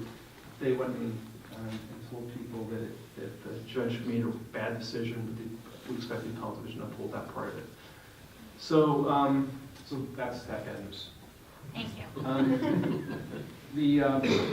my question on the Harmon litigation is how could the borough not have told the our JIF about, not have had a discussion with the JIF about how they were paying for with the law firm they were going to hire? And by the way, it's $450,000 was a flat fee. I have their bills. The youngest associate charged at $450,000. The most experienced, $450. excuse me, $450 an hour. The other one was 8 and a quarter. 8 and a quarter. Yeah, but so the highest one also paid that same amount, but it kind of masked the cost of what we were really paying. We were paying some lawyers the equivalent of $800 an hour to litigate that case. So my question is, how did that discussion not happen? I mean, if you reported this to the JIF would have said, we'll sign a lawyer, send us the complaint. In fact, that's how you give notice. You send the complaint to the JIF. And the JIF would have said, we're signing this to such and such counsel. And the discussion would have happened at that point to say, no, if they wanted to use their own counsel, they would have reached some kind of agreement, presumably. Was notice given to? I'd have to think it was, because as I understand it, we have, and it's a pretty thick file, as you can imagine, Mayor, we have what's called a reservation of rights letter from the insurance company, which means that they know about the lawsuit. The insurance company's going to pay $150 or $160 per hour. They don't care who they pay it to. That's all they're paying. Apparently, we haven't even charged them yet, but that's all they're paying. But part of the things that they can reserve the right on is they have the ability to control the settlement, right? If you tender the case to them to defend. That's correct. So was the borough insisting on using its own attorney because they didn't want the counsel for the JIF or the JIF to settle the case? I mean, my question is, why in the world? I know, seriously, right? Why in the world would a governing body make a decision to bear the cost of the taxpayer's expense of $450 an hour for the Gibbons law firm, one of the biggest and most prestigious firms in the state, instead of having it defended at no cost by having the JIF do it, unless what their concern was that the JIF was going to quick settle the case, which would have made some of the people who were defendants look bad, as if there was merit to the claim. Well, you're asking, that's a very good question, and I guess we can speculate as to why it all happened. I think Dominic can tell you, there are a lot of good lawyers in Ocean and Monmouth County who could have very easily handled this, it seems to me, just as well. But here we are. Why that? Well, I mean, your point you made before was, while we paid for and all those costs, the counsel for the Harmons have been running up a fee, which, just like the civil rights case I had, they have a right to collect if they prevail at trial, and they've overcome summary judgment, so you know they're gonna prevail to some extent on at least one part of their case. So, and that could have been headed off if the JIF had an opportunity to settle the case. I worry that they're gonna say, you didn't give us the right, the ability to settle the case. Well, nailed it by saying that under the JIF policy, under these type of claims, there's a hard hammer clause, which basically says that the JIF decides that they're going to settle at $250,000, and you decide you don't want to settle, but it settles at $5 million. You're responsible from the $250,000 to the $5 million. So that could have been the situation in this matter, but we don't know yet. We just got this information on the claim within a week. Okay. And we are. But it's a good question, and we just don't know yet, but it's a very good question. So that kind of brings me to a point that you made, and I have a great deal of respect for you to not point fingers to the past and say, you know, tonight we're starting from where we are, and we're going to focus on how we go forward to correct what we have to correct and get the ship righted. But I honestly think, and I don't think it needs to be done in a political way, and I don't think it needs necessarily to be done in a public way, but I have deep concerns about what has gone on, and I have deep concerns about the impact it's going to have on our municipality in terms of not only financially, but just in terms of faith that people are going to have in the governing body and what it's supposed to do and how it's supposed to operate. We have $7 million that 6.9 bond ordinance was to pay for 2 pavilions. They ultimately were let without public bidding because it was the third try, and you don't have to bid, you get to negotiate the price. I've never seen 2 buildings, any major significant project done in this community, in any community, without change orders. But yet not once was there ever a change order approved by the mayor and council. Are we gonna go back and audit what happened to see what the contractor originally, and I filed a suit challenging the mayor because he had a conflict with respect to that contractor. And thereafter, he stopped, supposedly, at least in public, stopped being involved in any decision involving that contractor. I don't know whether that continued after, and once the building was underway, we never really heard a thing about what went on. But I do think that all needs to be audited. I think the public has a right to know how that happened. I think we also have a right to know how we have a building that hasn't been used for 18 months. Are there performance bonds still in place on this construction? Is that something we're going to be able to look at in terms of obligations to complete the buildings and do them properly? We do have complete files on the buildings, and we are going to be discussing the status of each with the contractor soon. So we'll know that.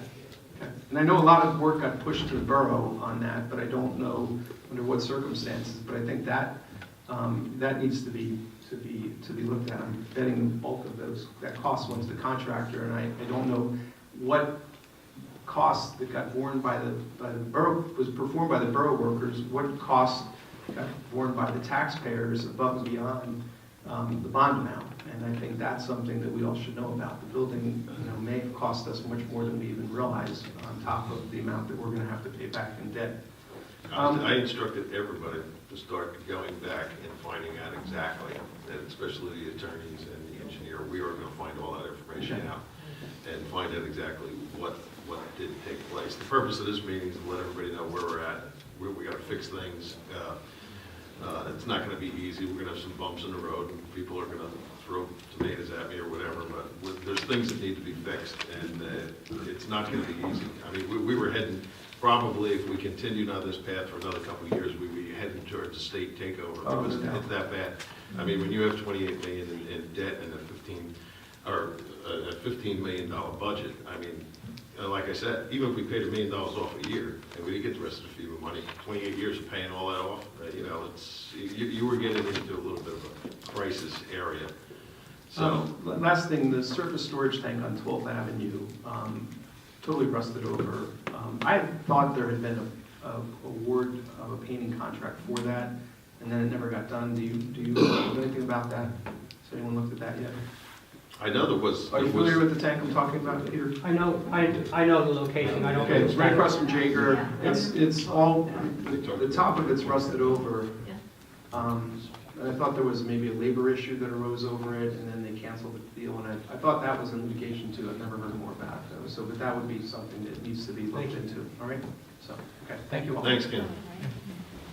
Yes, Marie?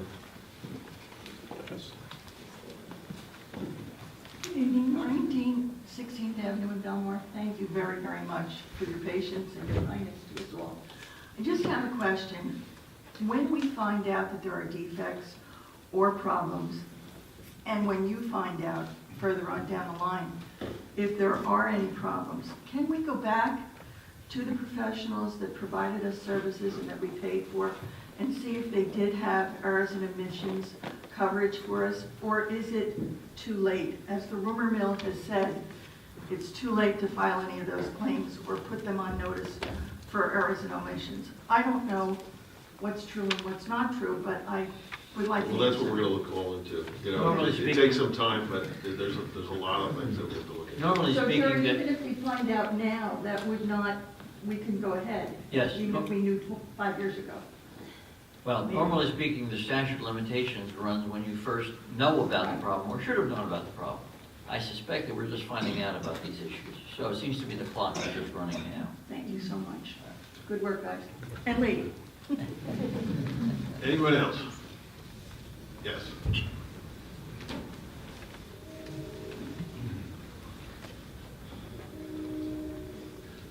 John Owens, 304 River Avenue. Thank you, Mr. Mayor, for organizing tonight. This is really wonderful for the citizens of Belmar. Megan, you probably said this, but I may not have heard it. Is the $27 million the total indebtedness of the town? It is not. It is not. It is not. You have a 2015 bond issue outstanding. You have a NJEIT, now NJIB issue outstanding. And I believe you have a small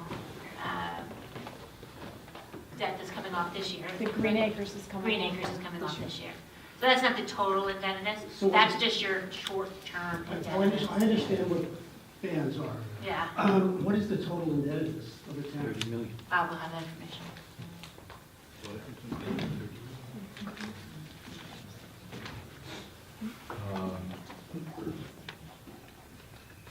I can tell you as of the end of 17, I don't think any new debt was issued in 18. Chris is still here. I know, I'm right here. No, I don't think so either. I think we paid down maybe $1 million since then.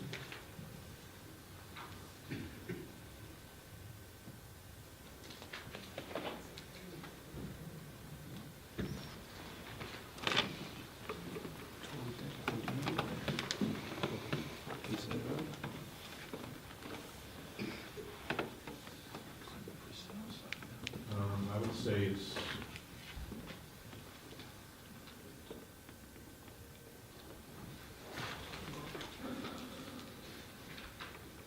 at the end of 17, our short term, which was banned, was $29 million. And we had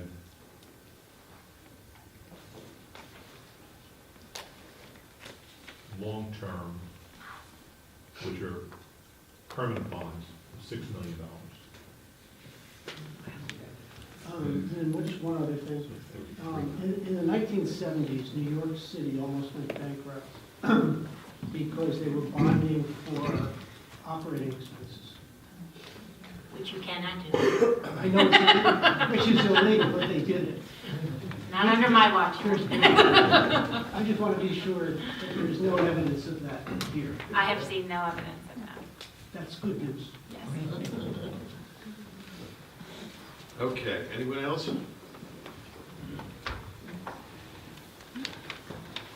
Very quickly. My name is Michael Jumo. I'm technically a resident of Lake Como at 1606 Main, but my heart's right here in Belmar. I've been a resident on and off for the past almost... Is this a question for our professionals? Because we'll have a public comment at the end of the meeting. Okay, then I'll wait. Okay. Thank you. All right. All right, seeing none, I'm going to close the public portion. Seeing no other hands, we'll close the public portion. April, we need a roll call on that? All in favor? Aye. Okay, and we could let all the professionals go home. Thank you. And thank you very much. Everybody was very accommodating.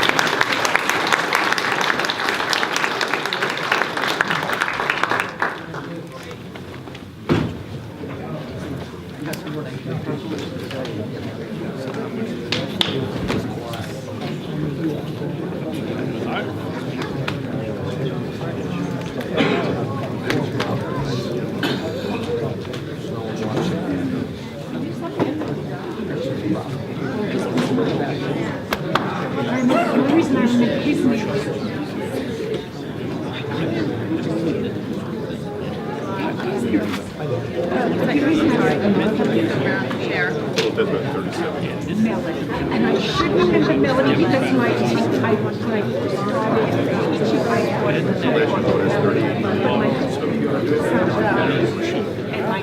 I remember that more, I guess, so if that's going, melody goes back quite a few years. Enjoy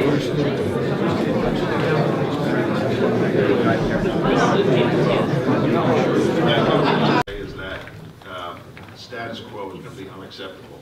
We just heard from our engineer, whoever is at fault with that 10th Avenue Pavilion, we have to fix it right away. That water infiltration is ruining the fire alarm, sheet rock's coming down, and so we could go back after people.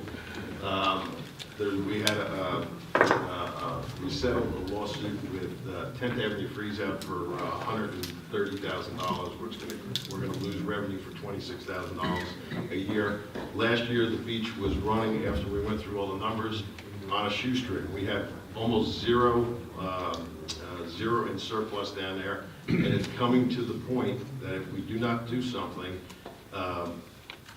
the taxpayers of Belmar, the municipal tax, is going to have to start subsidizing the beach, and I, for one, cannot let that happen.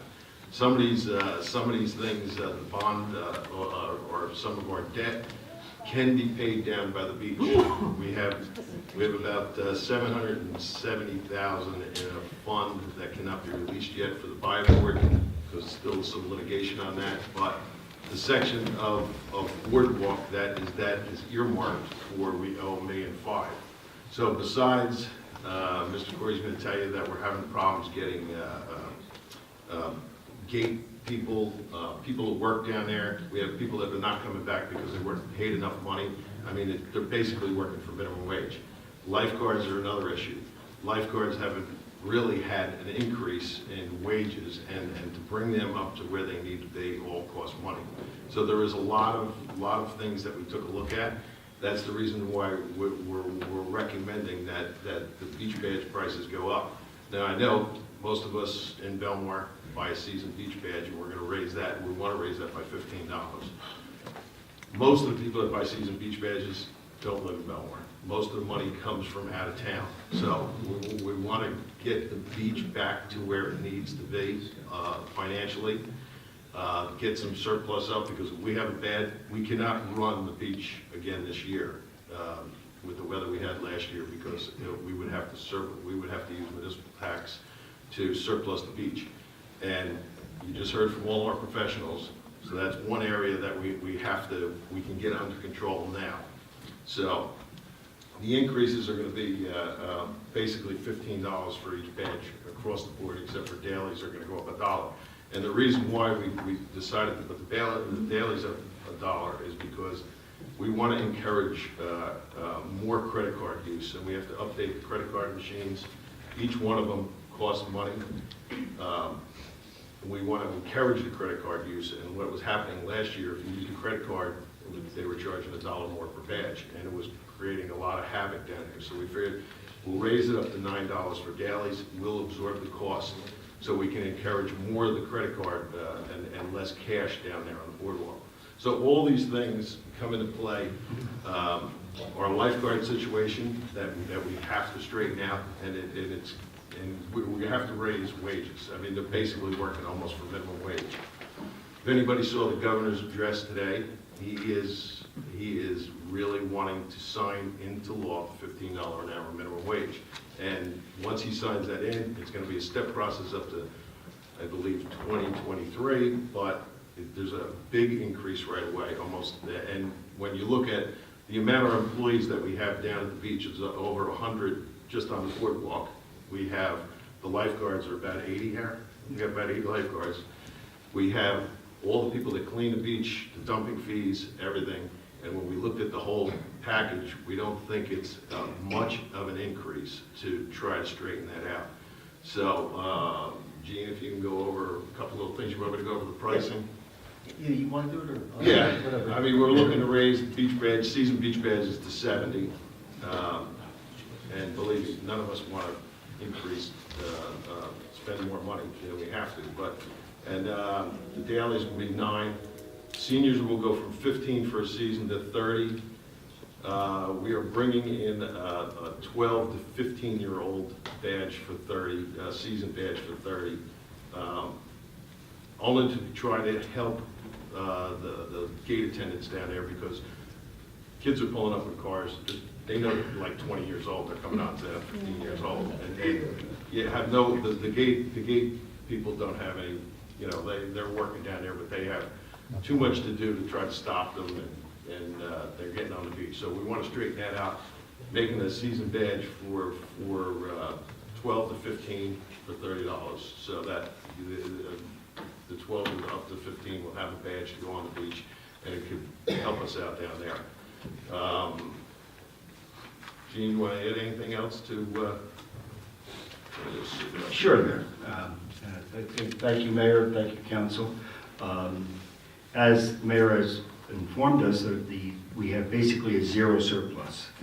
And as he also correctly informed you, that the beach is a beach utility. And what that means is we try to sustain it ourselves, so that nothing falls on the taxpayer, unless, obviously, that could happen, and we're getting close to that. That's why the need for these fees are increasing. And it's hard to project, as people are sitting here. We always, in the past, with Mayor Frankel in the audience, we were always very conservative in our approach to the beach. And by way of conservative means, we would carry a larger surplus. So we never jeopardized the taxpayer.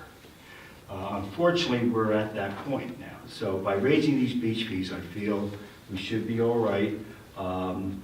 And so the beach fees, it's really the building up the surplus is mandatory. Because again, if you don't make the expenses, and by not making the expenses, there's so many factors that occur that are beyond our control. We have no idea what kind of summer we're going to have. The last 2 summers have been rainy summers, almost every weekend. And how do you create a budget where if a Saturday is real nice weather, you make $70,000, and if it's raining, you go down to nothing. And actually, you're costing money, because you do have the lifeguards that have to stay. Some of the lifeguards have to stay. And so the need to build the surplus is absolutely necessary. Red tide could come in. Florida had a red tide down in Florida where they closed the beaches for 2 or 3 weeks.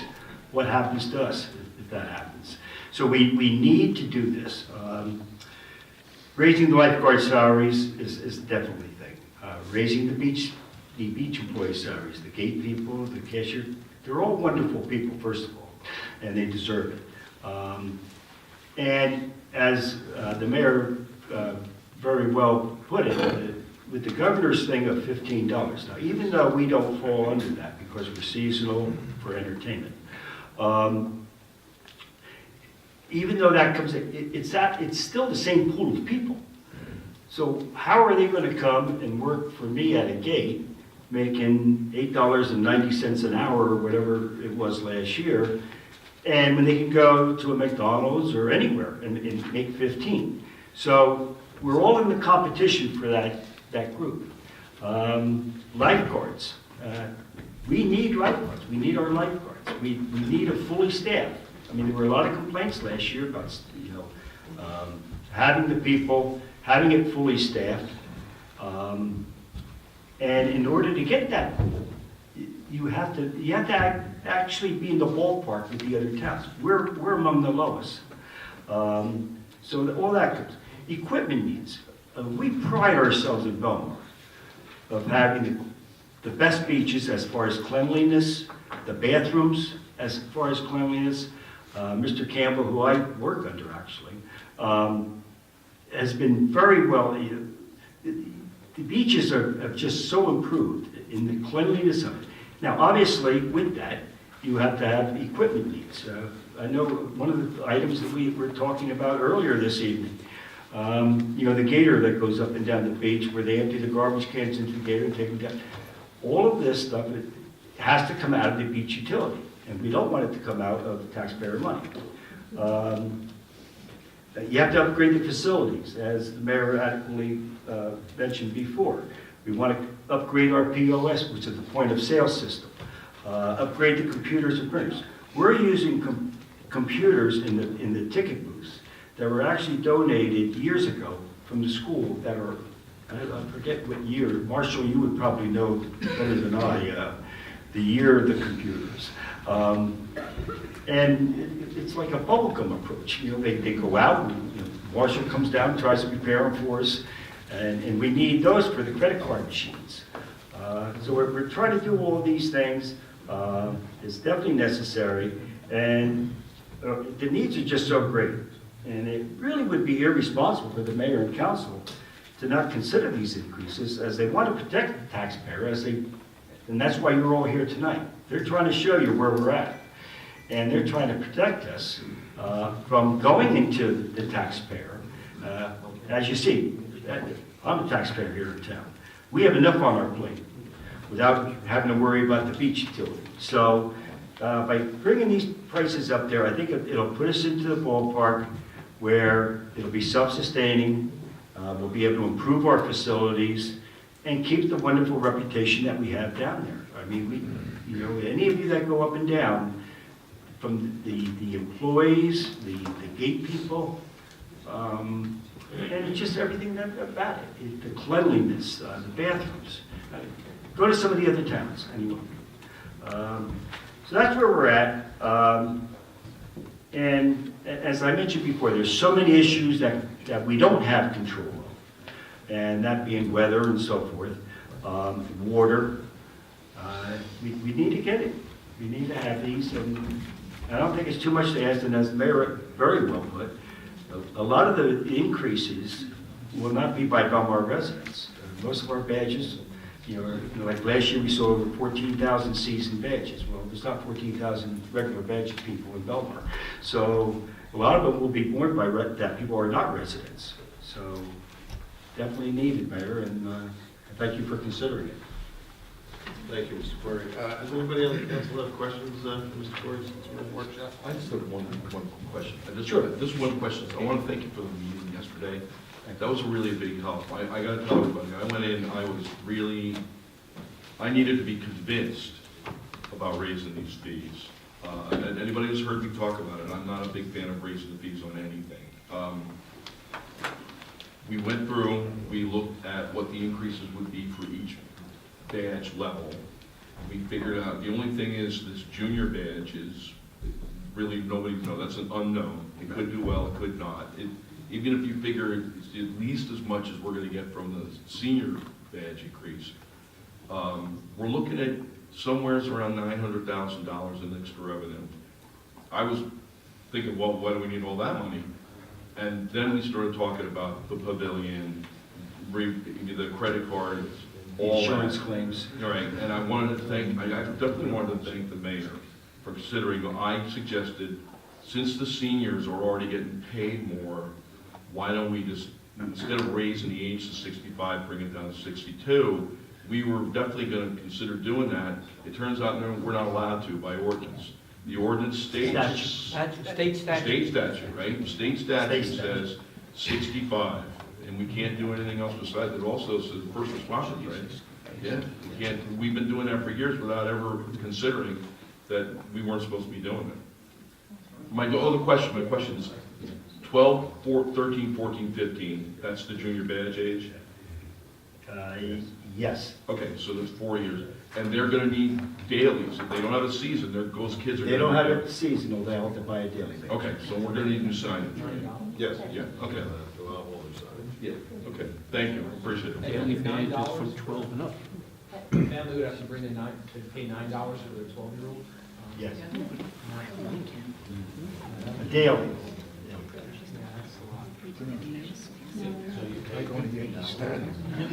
But if they go to 30, if they're gonna be here more than a few days, they could buy the regular badge at 30. That's right. You got a senior, and the reason that they had the senior fee to begin with is because they figured I'm not a senior. So I pay the full price. But the fact of the matter is, the reason why they had a lower price for the senior is because they figure, hey, they're retired, they probably lived in town for a while, they've already paid the full fee. Now you're gonna up them 100%? I mean, 100%. Well, You're gonna up the resident. But for 1 second, because this is, we're gonna introduce the ordinance tonight, which there's really no public comment on it. We have Gene here, and it's a workshop to explain what we're gonna do. But next meeting will be the time that you come up and talk about it. This way we get your name and. I'll have my facts together then. Yeah, get all your everything together. I will. We're gonna introduce the ordinance tonight, and then we'll have a big discussion at the next meeting. Also, by the way, Mayor, we conducted a survey up and down of every town, and we're among the lowest, even with the increased rates. Still doesn't justify it. Just think about me. Just think about me.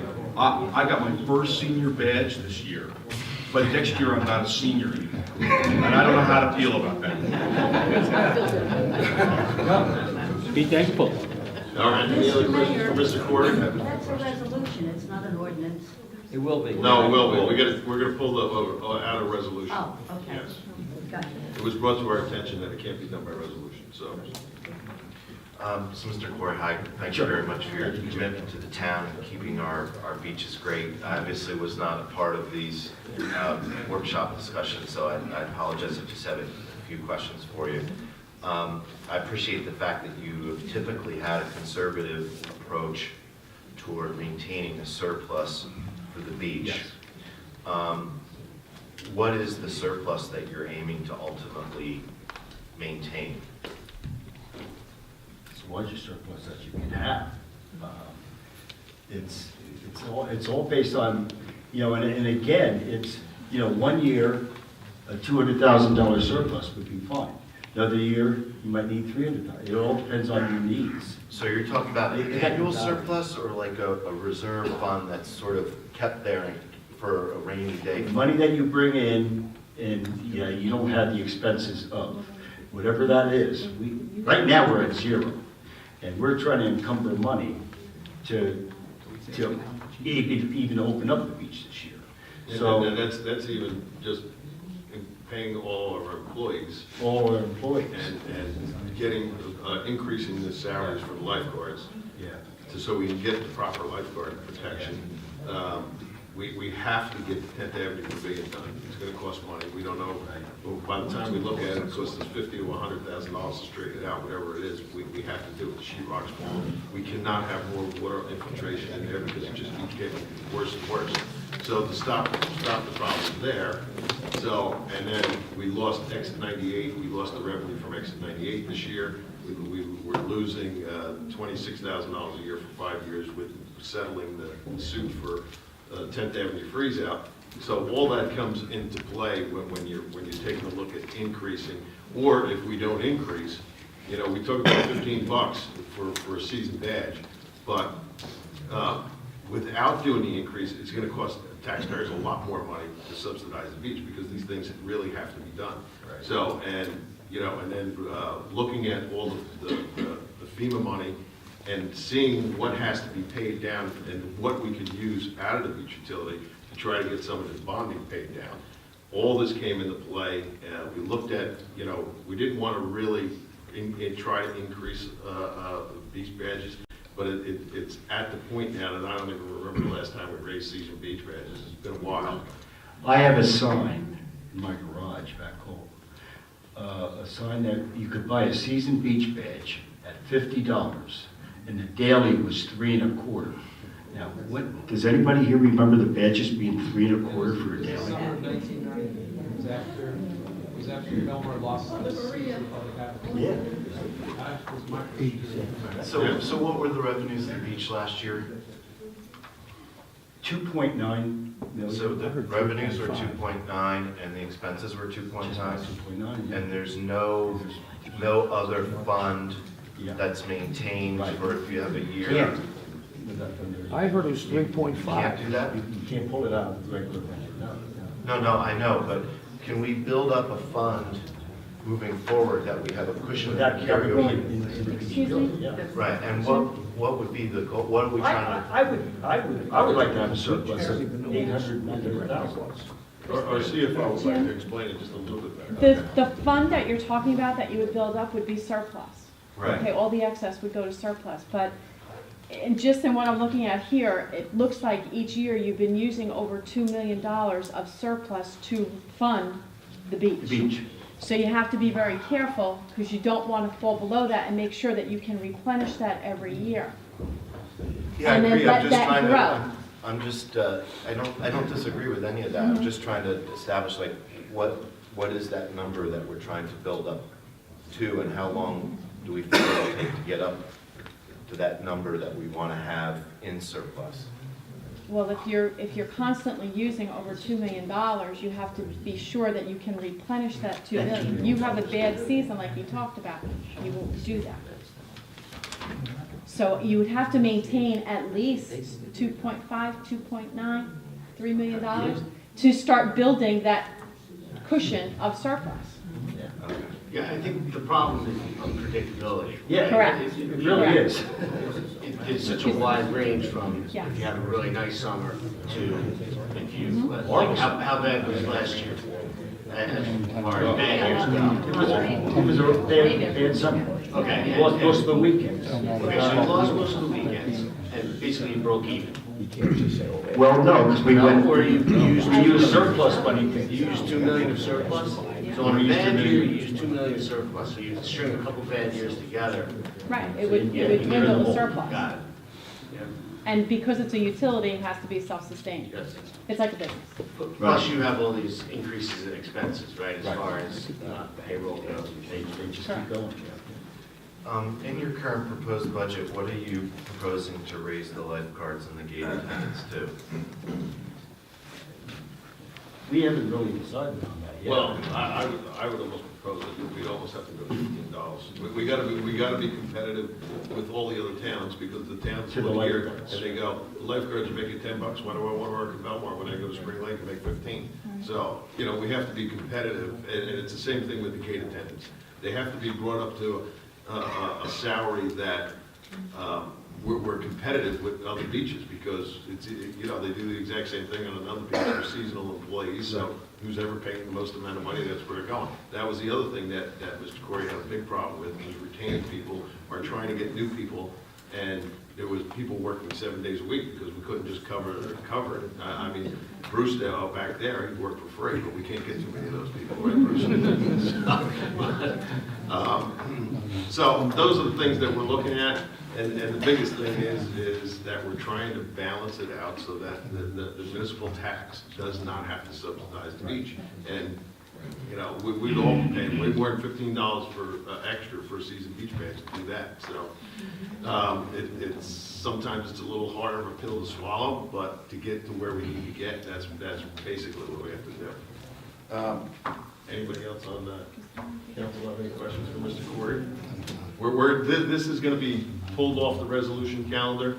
It was brought to our attention that all these have to be done by ordinance. So we're going to introduce the ordinance tonight, but it won't be voted on until the next meeting, and that's when we'll open it up for all kind of questions. We brought it out for this meeting. We want to be transparent. We want you to think about it and come back, and then you can all yell at us, and raising beach bath prices. But it's something that we looked at the numbers, and something has to be done. So, we're not in public comment yet, so hold on. Is it the same with the fees for the lockers? Is that also an ordinance that? That's gonna be an ordinance, yep. Thank you. Yep, we're pulling all that off, and that's gonna be all done by ordinance. Okay, any other questions for Mr. Corey? Thank you, Mr. Corey, thank you for coming in. Thank you. Mr. Corey has done a lot of work, and we've had a lot of meetings, so I really want to thank him for bringing this all to our attention. Okay, moving on, we need, any petitions? All right, seeing none, we'll move on to approval of minutes. Council President Trent. Because we have to do them separate, so. Can I have a motion to approve the minutes of the December 31st, 2018 meeting? I'll make that motion. Do we have a second? Second. Okay. Councilwoman Vaughn? Yes. Councilman Brennan? Yes. Mayor Walsifer? Yes. Councilman McCracken? Yes. Councilman Carvelli? Abstain. And then can I have a motion to approve the January 5th, 2019 minutes? I'll make that motion. Do we have a second? Second. Councilwoman Vaughn? Yes. Councilman Brennan? Yes. Mayor Walsifer? Yes. Councilman McCracken? Yes. Councilman Carvelli? Yes. Thank you, April. All right, now that we're pulling off all the fee increases, we'll have a public session on just the resolution calendar, but all the... Mayor, I'm sorry, skip reports of council. Oh, reports of council, okay, sorry. I'm sort of new at this. Councilman Carvelli, reports of council. Yes, I've already stolen my thunder about the pole replacement for the lights. I think everybody knows about that. That's the only thing that I had to report on.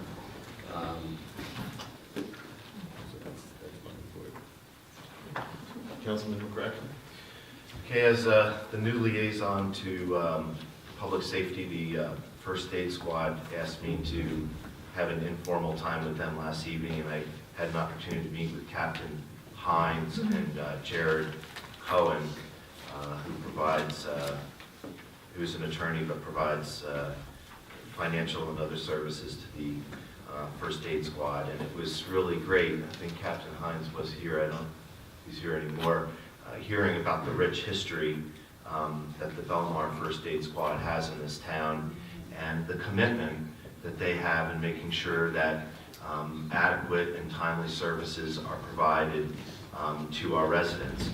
And over the years, they've had to adapt to a changing landscape when it comes to providing services in this town, to dealing with a shortage of volunteers, increasing costs of their equipment, having to maintain their building, which sustained damage in Sandy, an increased call volume, which has gone up in town as well.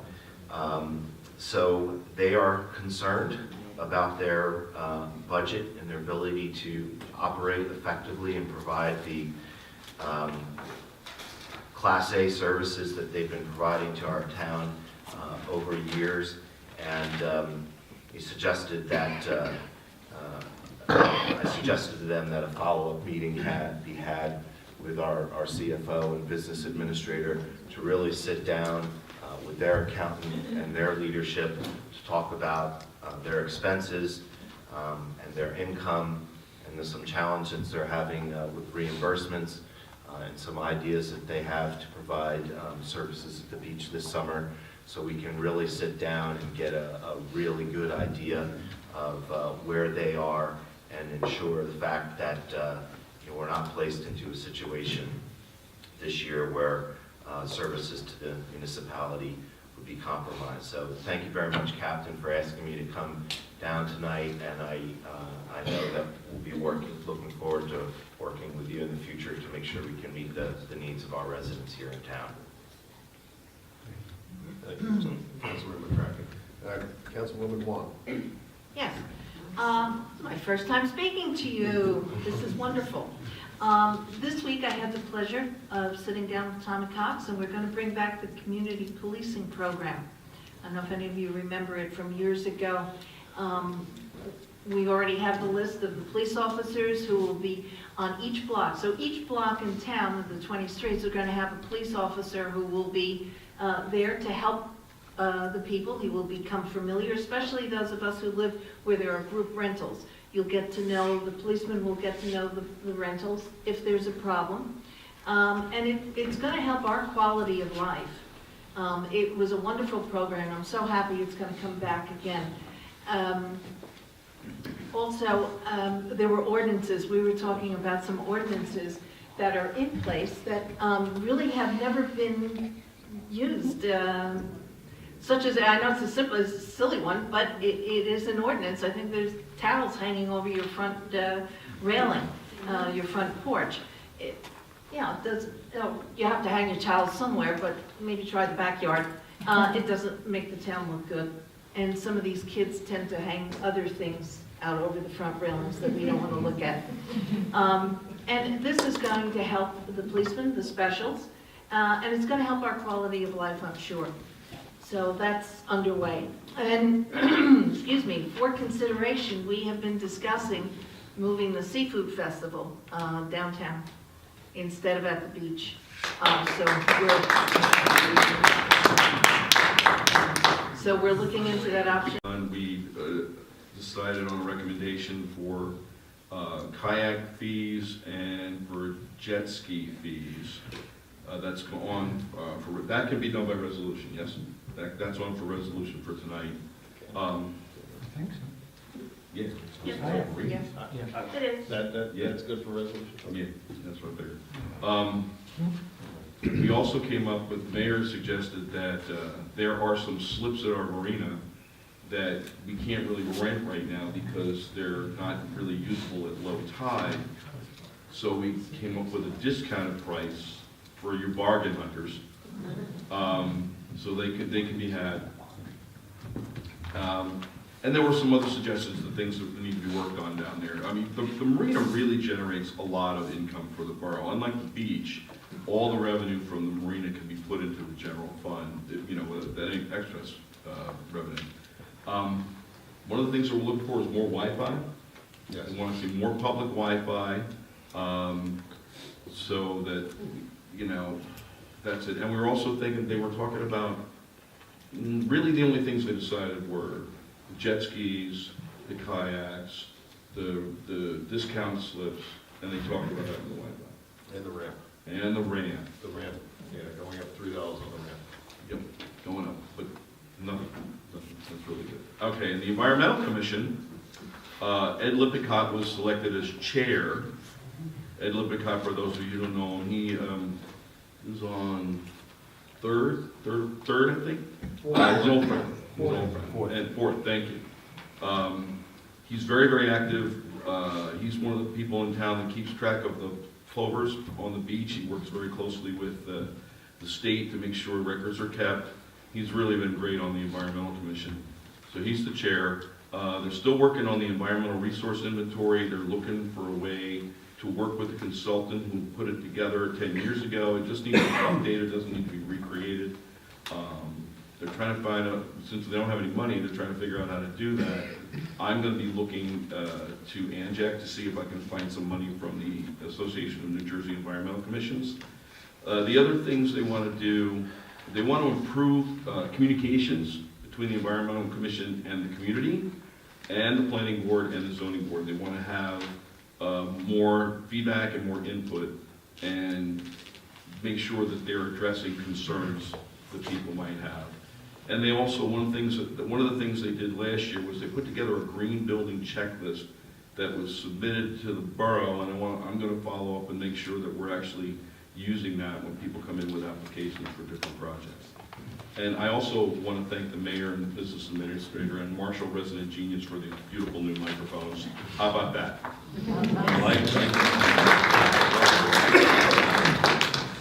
That's it for me. Thank you. Thank you, Council President. I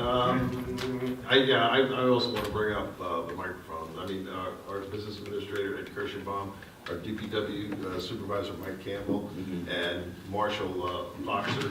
They worked hard in getting the system up and running at a very minimal cost. And it's been long overdue, so now hopefully everybody can hear me now. So, but, thank you guys for getting this done. It's very helpful. Like Councilman Brennan said, we were at the Harbor Commission. We don't take these rates lightly. There was a lot of discussion about the kayaks and jet skis, only because we have such a long waiting list for them. So it's a minimal raise for borough residents of $25 for the kayak racks. We're going to even look to see if we can move more of them up because we have such a long waiting list. 50 for non-residents, it's going to go up. And jet skis, $150 more from $500 to $650. For residents, and then it's going to go up to $900, which is another $150 increase for non-residents. So, and then because we have the expense of the boat ramp mechanism to let everybody in and out, which we have to replace a piece of it for $15,000.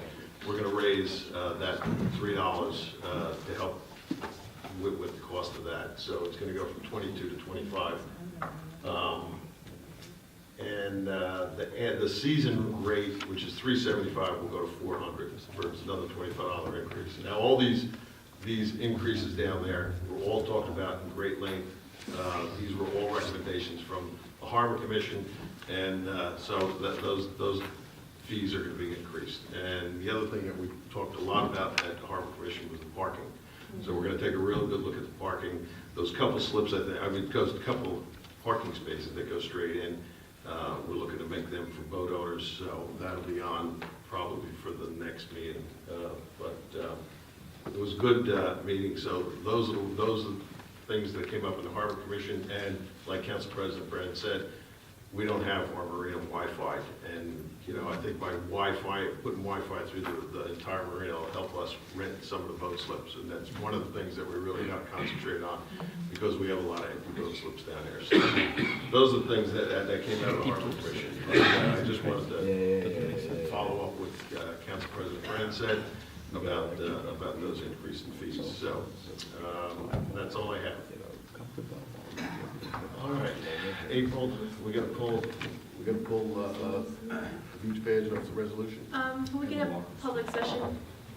Actually, I just want to clarify first, the ordinance that we're adding is just the beach badge fees. Right. The resolution for the beach lockers is still on the consent agenda. And that can be? The ordinance That has says, to come off. We're gonna have to take that one off, so we'll adopt it on first reading. Yeah, take it off tonight. okay. Okay, so that, all right, so now we're going to do, I just want to make sure that those are off, so before I call for public Mayor, if session you on wish, the resolution.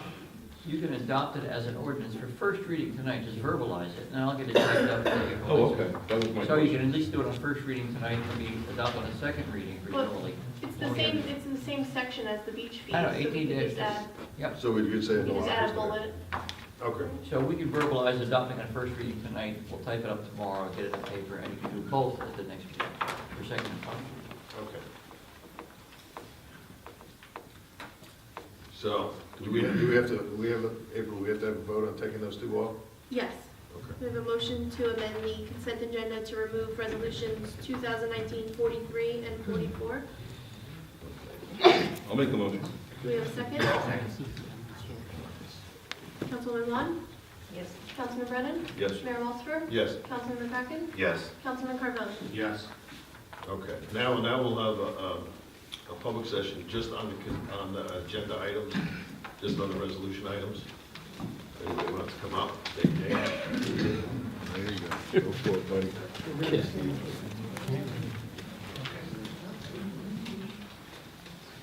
Hi, Steve Lemoyne again.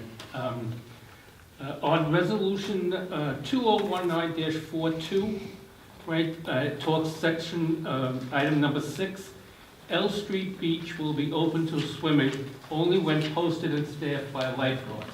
Now you give dates and times for all the other staffing of lifeguards. L Street Beach, come on, I need to know when I'm gonna have a lifeguard, so I can go over there and swim, use my kayak and all that other things that you do at that beach. But it just doesn't seem appropriate.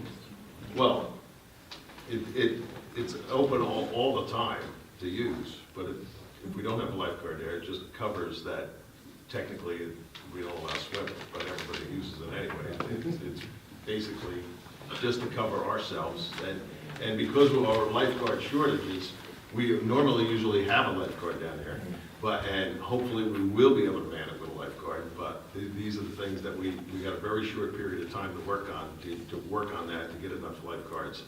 And that's gonna come with the ordinance after next. So if I looked up last year's ordinance, it wouldn't say the same wording? Is it the same? Yeah. It's exactly the same, right? Yes. It's exactly the same. Oh, okay, so, I mean, it has nothing to do with the shortage or whatever it is, you know, right? No. But all I'm saying is that I think it's inappropriate to leave that beach in the resolution as basically with no schedule for when a lifeguard will be provided, or any way to find out whether the lifeguard is gonna be there, other than going over there. Yeah, So well, that- it's the that's same, my it's the point. same thing that going to the beach at 7 o'clock at night when there's no lifeguards there, you're still allowed to swim, but it's basically at your own risk. So, and that's basically what this But that's covers. that's sort of known. I mean, we all know that if you go at night, there's not gonna be a lifeguard there. But this, I go there at noon. My expectation, right, as a resident of Belmar, is that there should be a lifeguard there. To say in the resolution that, is that what do they actually say? It's only when posted and staffed by a lifeguard. I'm just saying that wording in there, right? You should say there's no swimming, or I'm gonna staff it. Right? To say that you can swim there only when it's posted and there's a lifeguard there, you know, from a planning perspective, it's inappropriate. So, Thank you. that's my comment. Okay. Yeah, no, we introduced them. Anyone else? Okay, seeing none, we're going to close the public session of, for the resolution calendar. April? Do we have a second? All in favor? Aye. All right, now on the consent agenda. April? Do we have a motion to approve the consent agenda as amended? I'll make that one. Do we have a second? Councilman Vaughn? Yes. Councilman Brennan? Yes. Mayor Walsberg? Yes. Councilman Bracken? You can talk about that. Are we approving the consent agenda or just approving the revised consent The agenda? revised consent Oh, agenda. yeah. Councilman Carvelli?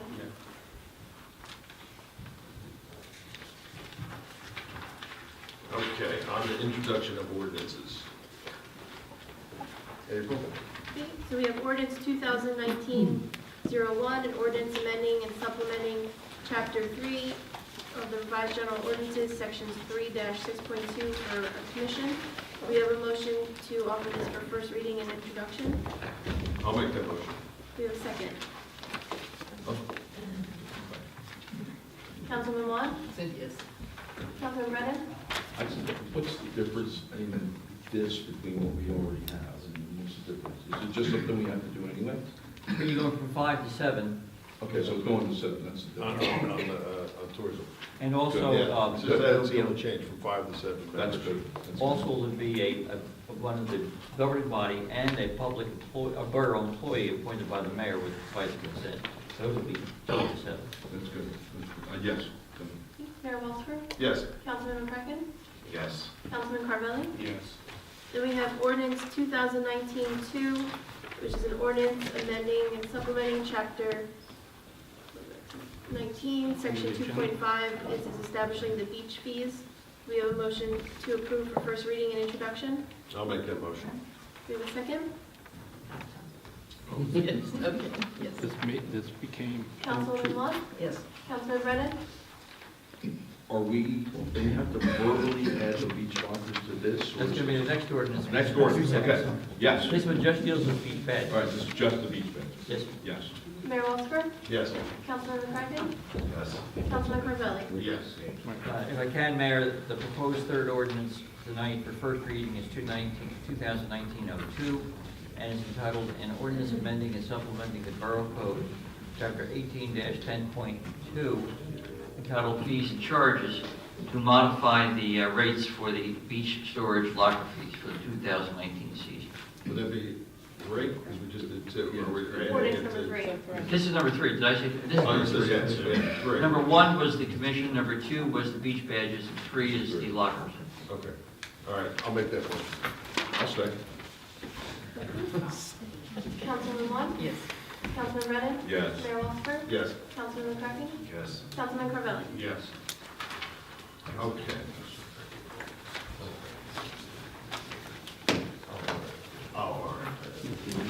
Okay, then we're going to open up to public session. Anybody that has anything that you want to come up to the mic and talk about? Yes, in the back.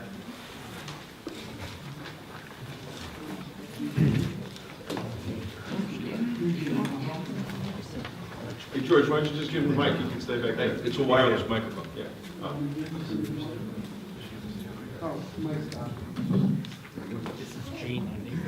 Good evening. Can you just state your name for the record, please? Yeah, Eugene Creamer, 4th Avenue. Hello, Mr. Kramer. I'm glad you're speaking tonight about Borough Code Chapter 18, about the beachfront regulations. And I have a comment regarding the regulation JJ. So there's a lot of regulations when you get count all the way down. But Belmar first regulated beachfront tobacco smoking in 2001. And that's with a $25 fine. That's been in place for many years. Effective tomorrow, the violation goes up to statewide to $250 for the first offense, $500 for the second offense, and $1,000 for the third offense. I just want to make sure that that's added to the revisions that you're going to do to the beachfront regulation ordinance. I think that's not part of These ordinances, There's I state, understand your point. there's state supremacy here, right? I'm sorry, sir? There's state supremacy. In other words, the governor. About the beach, about the smoking? The Yes, smoking, yes. they're about to adopt a state statute which disallows smoking It's on any beach it's badge. already been signed by the governor, and it's effective tomorrow. Okay. You got a better pipeline than I do. Actually, the scope of this is very large. It's not only beach, but it's also parks, playgrounds, etc. I think the town is going to have to determine and actually lay out and find out which areas are regulated. But by the way, there was no, I didn't see, I read the legislation. I didn't see any, it's essentially unfunded. And I think usually when they do that, they mean that the penalties is the way that you're going to fund enforcement. Well, normally that would go through the municipal court to be a municipal court summons issued and a fine. That's correct. Yeah. Now, whether some of that goes to the beach budget or not, you guys are going to have to figure that out. Thank you, Mr. Kramer. Anybody else for public comment?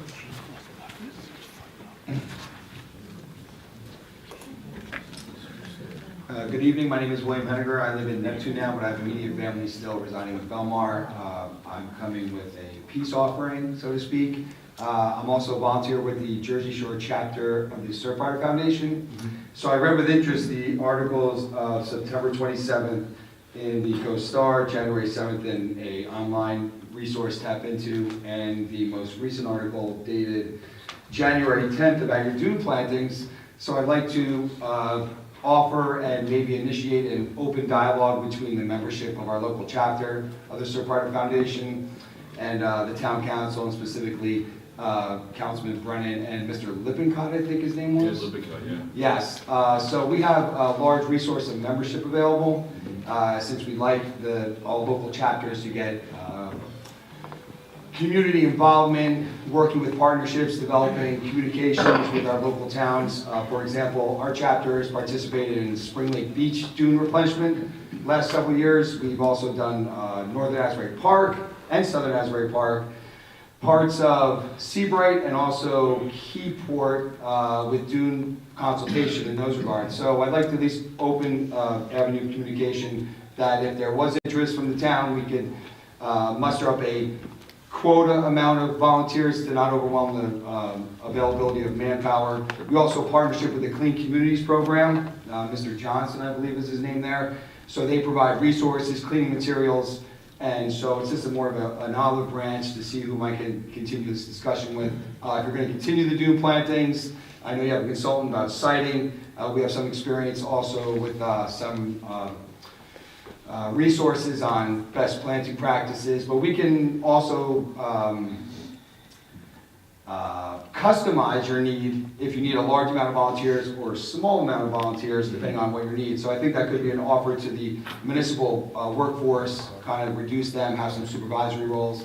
So if there is an interest, I'd like to submit my information at the end or whatever. Yes, So thank you. You can submit all your information over to our business administrator, Mr. Kirschbaum. Let me talk to you after we're done. yeah, sure, no problem. So I've been inspecting We'll be in the growth. It's of that. serendipitous that you're here because I have John Weber's phone number. Right. So he's our Absolutely. advisor, so Yeah, I'm ready we'd to like to go. at least open up because Belmar's come a long way, especially in terms of beach access situations with surfers, and especially during March swell. So we'd like to at least offer that relationship to repay the community commitments to providing good access and all those other avenues that we are working for together.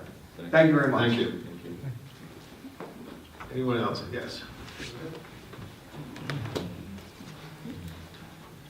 Hi, Emma Walton, 711 Main Street, Apartment D. So about in November, me and my boyfriend and I were looking at apartments, and we saw one here on Main Street above the Anchor Tavern, brand new apartments, no one's lived in them before. So I go to view the apartment, and the man who was showing, I don't know if he was a realtor or if he was a landlord, he said, I don't know how loud it's going to be. And I said, well, I know that I don't think they have any DJs or music late or anything. And he goes, oh, I don't know, and kind of brushes it off. So in the end, we rented the apartment, moved in, and expected noise, like murmuring, music from downstairs, doors closing. That's fine. That's what I expected since I moved to a restaurant.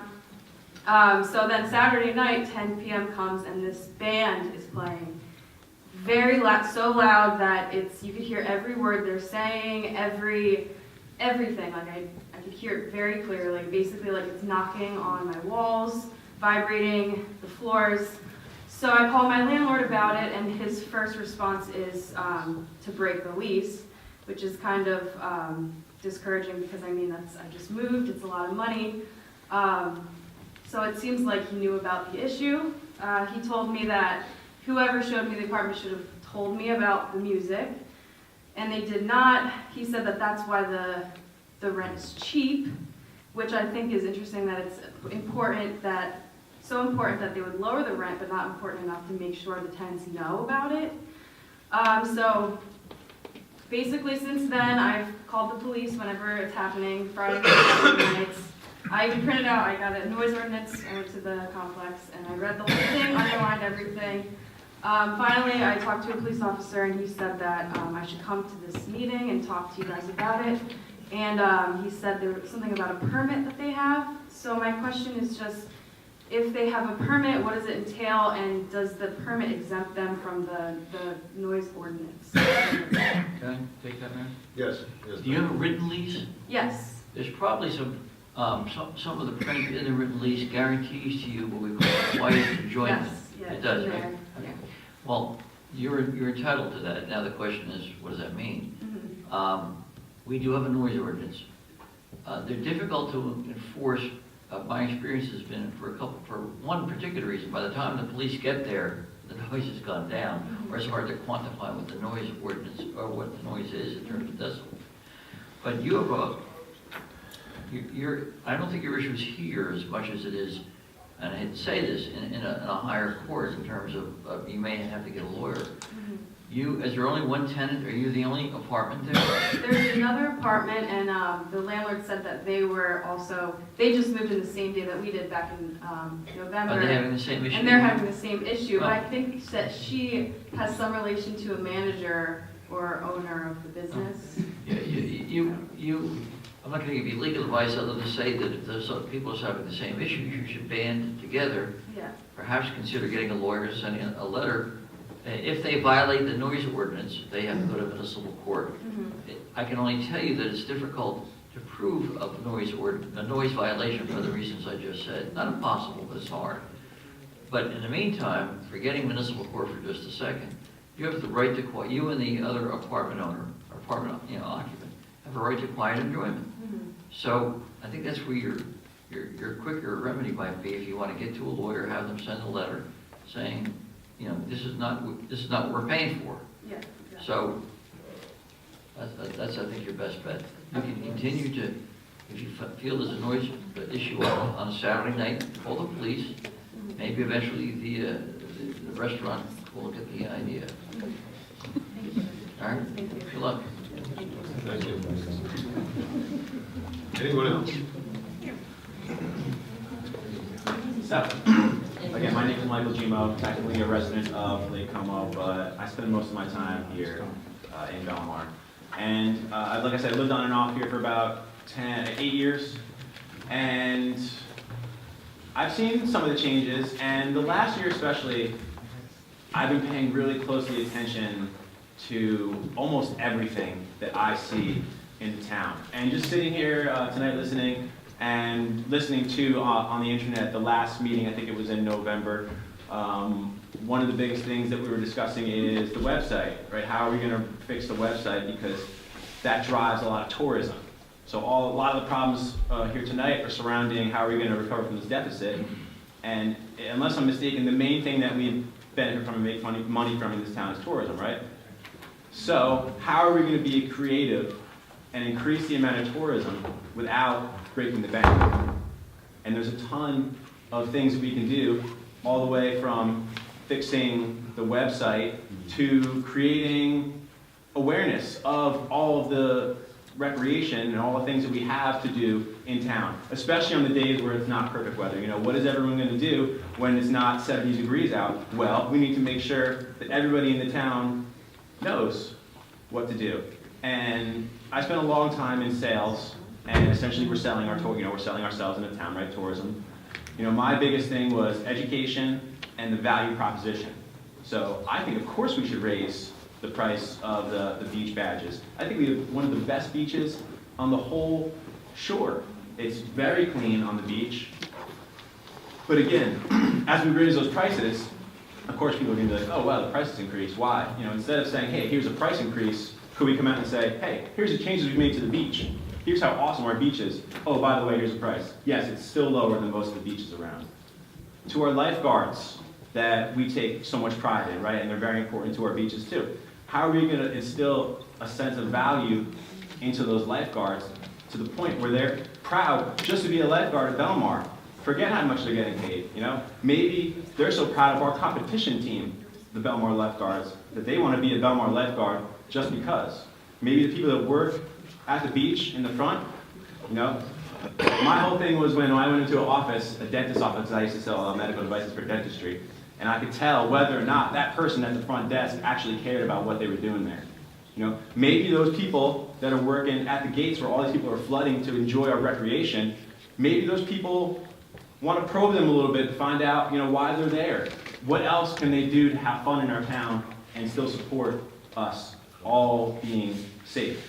When you talk about the area right across from where we're suffering from some water, the water jams, right, there's that whole, it's like a park, right? It's technically a park. Do we ever have, where the Lobster Fest was? What's that called? That area. Do we ever schedule weddings there? Do people ever get married in our town? Yes. Okay. Maybe that's something that we can push, Yep. Maybe that's something that we don't want to. I'm still learning. I've learned a lot in the past few days because I've been very interested in a lot of this. And what I suffer from is not water damage up on Main Street, it's mostly wind, because the garbage is blowing all over the place. So how are we gonna change the perception of the people that live and pass through those areas so they don't think that these areas are not cared for, when really they are cared for? I know our DPW works very hard, but there's a lot of things that we have to do before we can go paint one of the water towers, or paint the main water tower, where you can't even really see that it says Belmar anymore. When I look up at that, you know, I think we're either confused or we're not ready to get out, right? When I ask myself, why is this not painted? Why hasn't this been redone?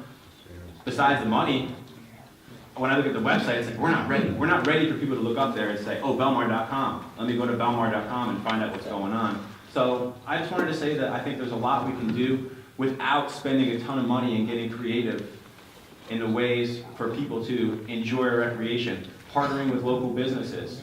You know, on those days when it's not so nice out, how are we going to get people to interact with our local businesses? I know you were doing Wi-Fi at the marina, not or on the beach, or both?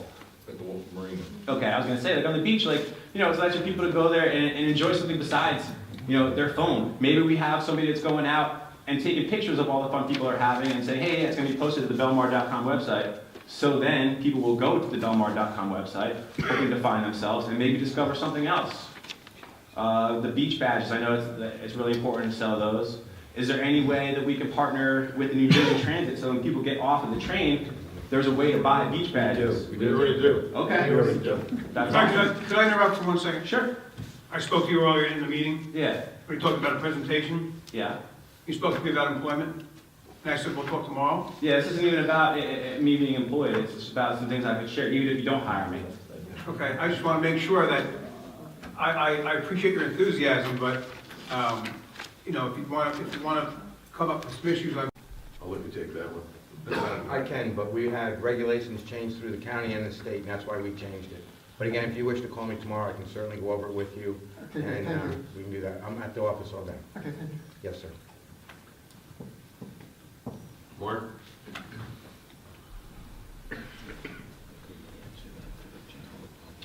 Mark Kirschenbaum, man who used to be introduced as the man not from Belmar. Okay. But my family has been from the Belmar area for over 120 years. All right, just give your address so we have it. West Belmar.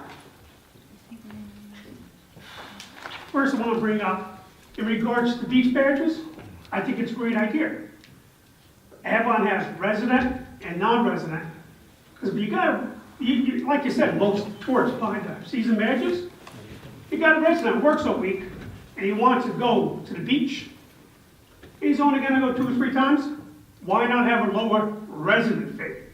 Well, we can't because we have a beach utility. See, the other towns don't have the utility, and we can't. My mistake, because I used to go to Avon and I was a non-resident. Yeah, so. Okay, in regards to the beach utility, I know the company that took over Birdsall Engineering was owed like 1.3 million. And I think they took the money, some of it, from the beach utility to pay them, and they were told by a judge they had to give it back. Was it given back? I'm not sure. Well, I'm not sure that's one of the lawsuits that I mentioned earlier. I don't know, frankly, former Mayor Brindle knows more about it than I do. The judge ruled against the town for doing what they did. I don't know whether they were ordered to pay it back. They've been ordered to pay a lot of legal fees to the winning side. I don't know the rest of the outcome of that. I don't know. We still gotta look into it. Also, in Avon, it's 11 years old and up for a beach badge. The 12 to 15 is a good idea. Senior citizens by law. I bought my first beach badge this year in 40 years. I'm a senior. Next year, I'm not. In regards to the Elm Street Beach, you got a fishing pier that's been broken that I've been told you have no money whatsoever to fix it. And the cost is minimal. Yeah, we're gonna take a look at all that stuff. It's the best fluke You guys just fishing. gotta remember, we're only here 15 days so far. Yes, I know. And I know about the broken pier down. See this We're folder? gonna have our engineer take a look at that also and see what we can do with that. Okay, and in regards to parking fees, you're gonna raise the beach badges, but other towns don't have parking meters. Avon doesn't, but Belmar does. Does the parking meters fees go toward the beach utility to help offset the No. beach fees? It goes to the town's budget. It's a parking authority. It's a separate utility, Yes. Yes. and that's used just for the care and taking of the parking meters. Correct. Okay, thank you very much. Thank you. All right, thank you. Anyone else? All right, seeing none, we're going to close the public portion of the meeting. Do I have? All right. April, I'm sorry, I had misunderstood the point of order before. I thought we were voting to amend the resolution agenda, and then I thought we were going to vote again. We did. Okay, so I got confused. On number 42, it has the area for the surfboard, but it doesn't have Third Avenue Beach. There's a school going to use surfboards. And my question was, are they coming back this year, or are they permitted to use surfboards there through a separate permit that they They have get? a concession lease. Okay, I was just curious. I wanted to make sure that there wasn't going to be a challenge. We're going to motion to Motion to close the public and adjourn the meeting. Yes. I'm hoping to find out, I want to talk to these people. All in favor? Thank you, everyone. Thank you, everybody.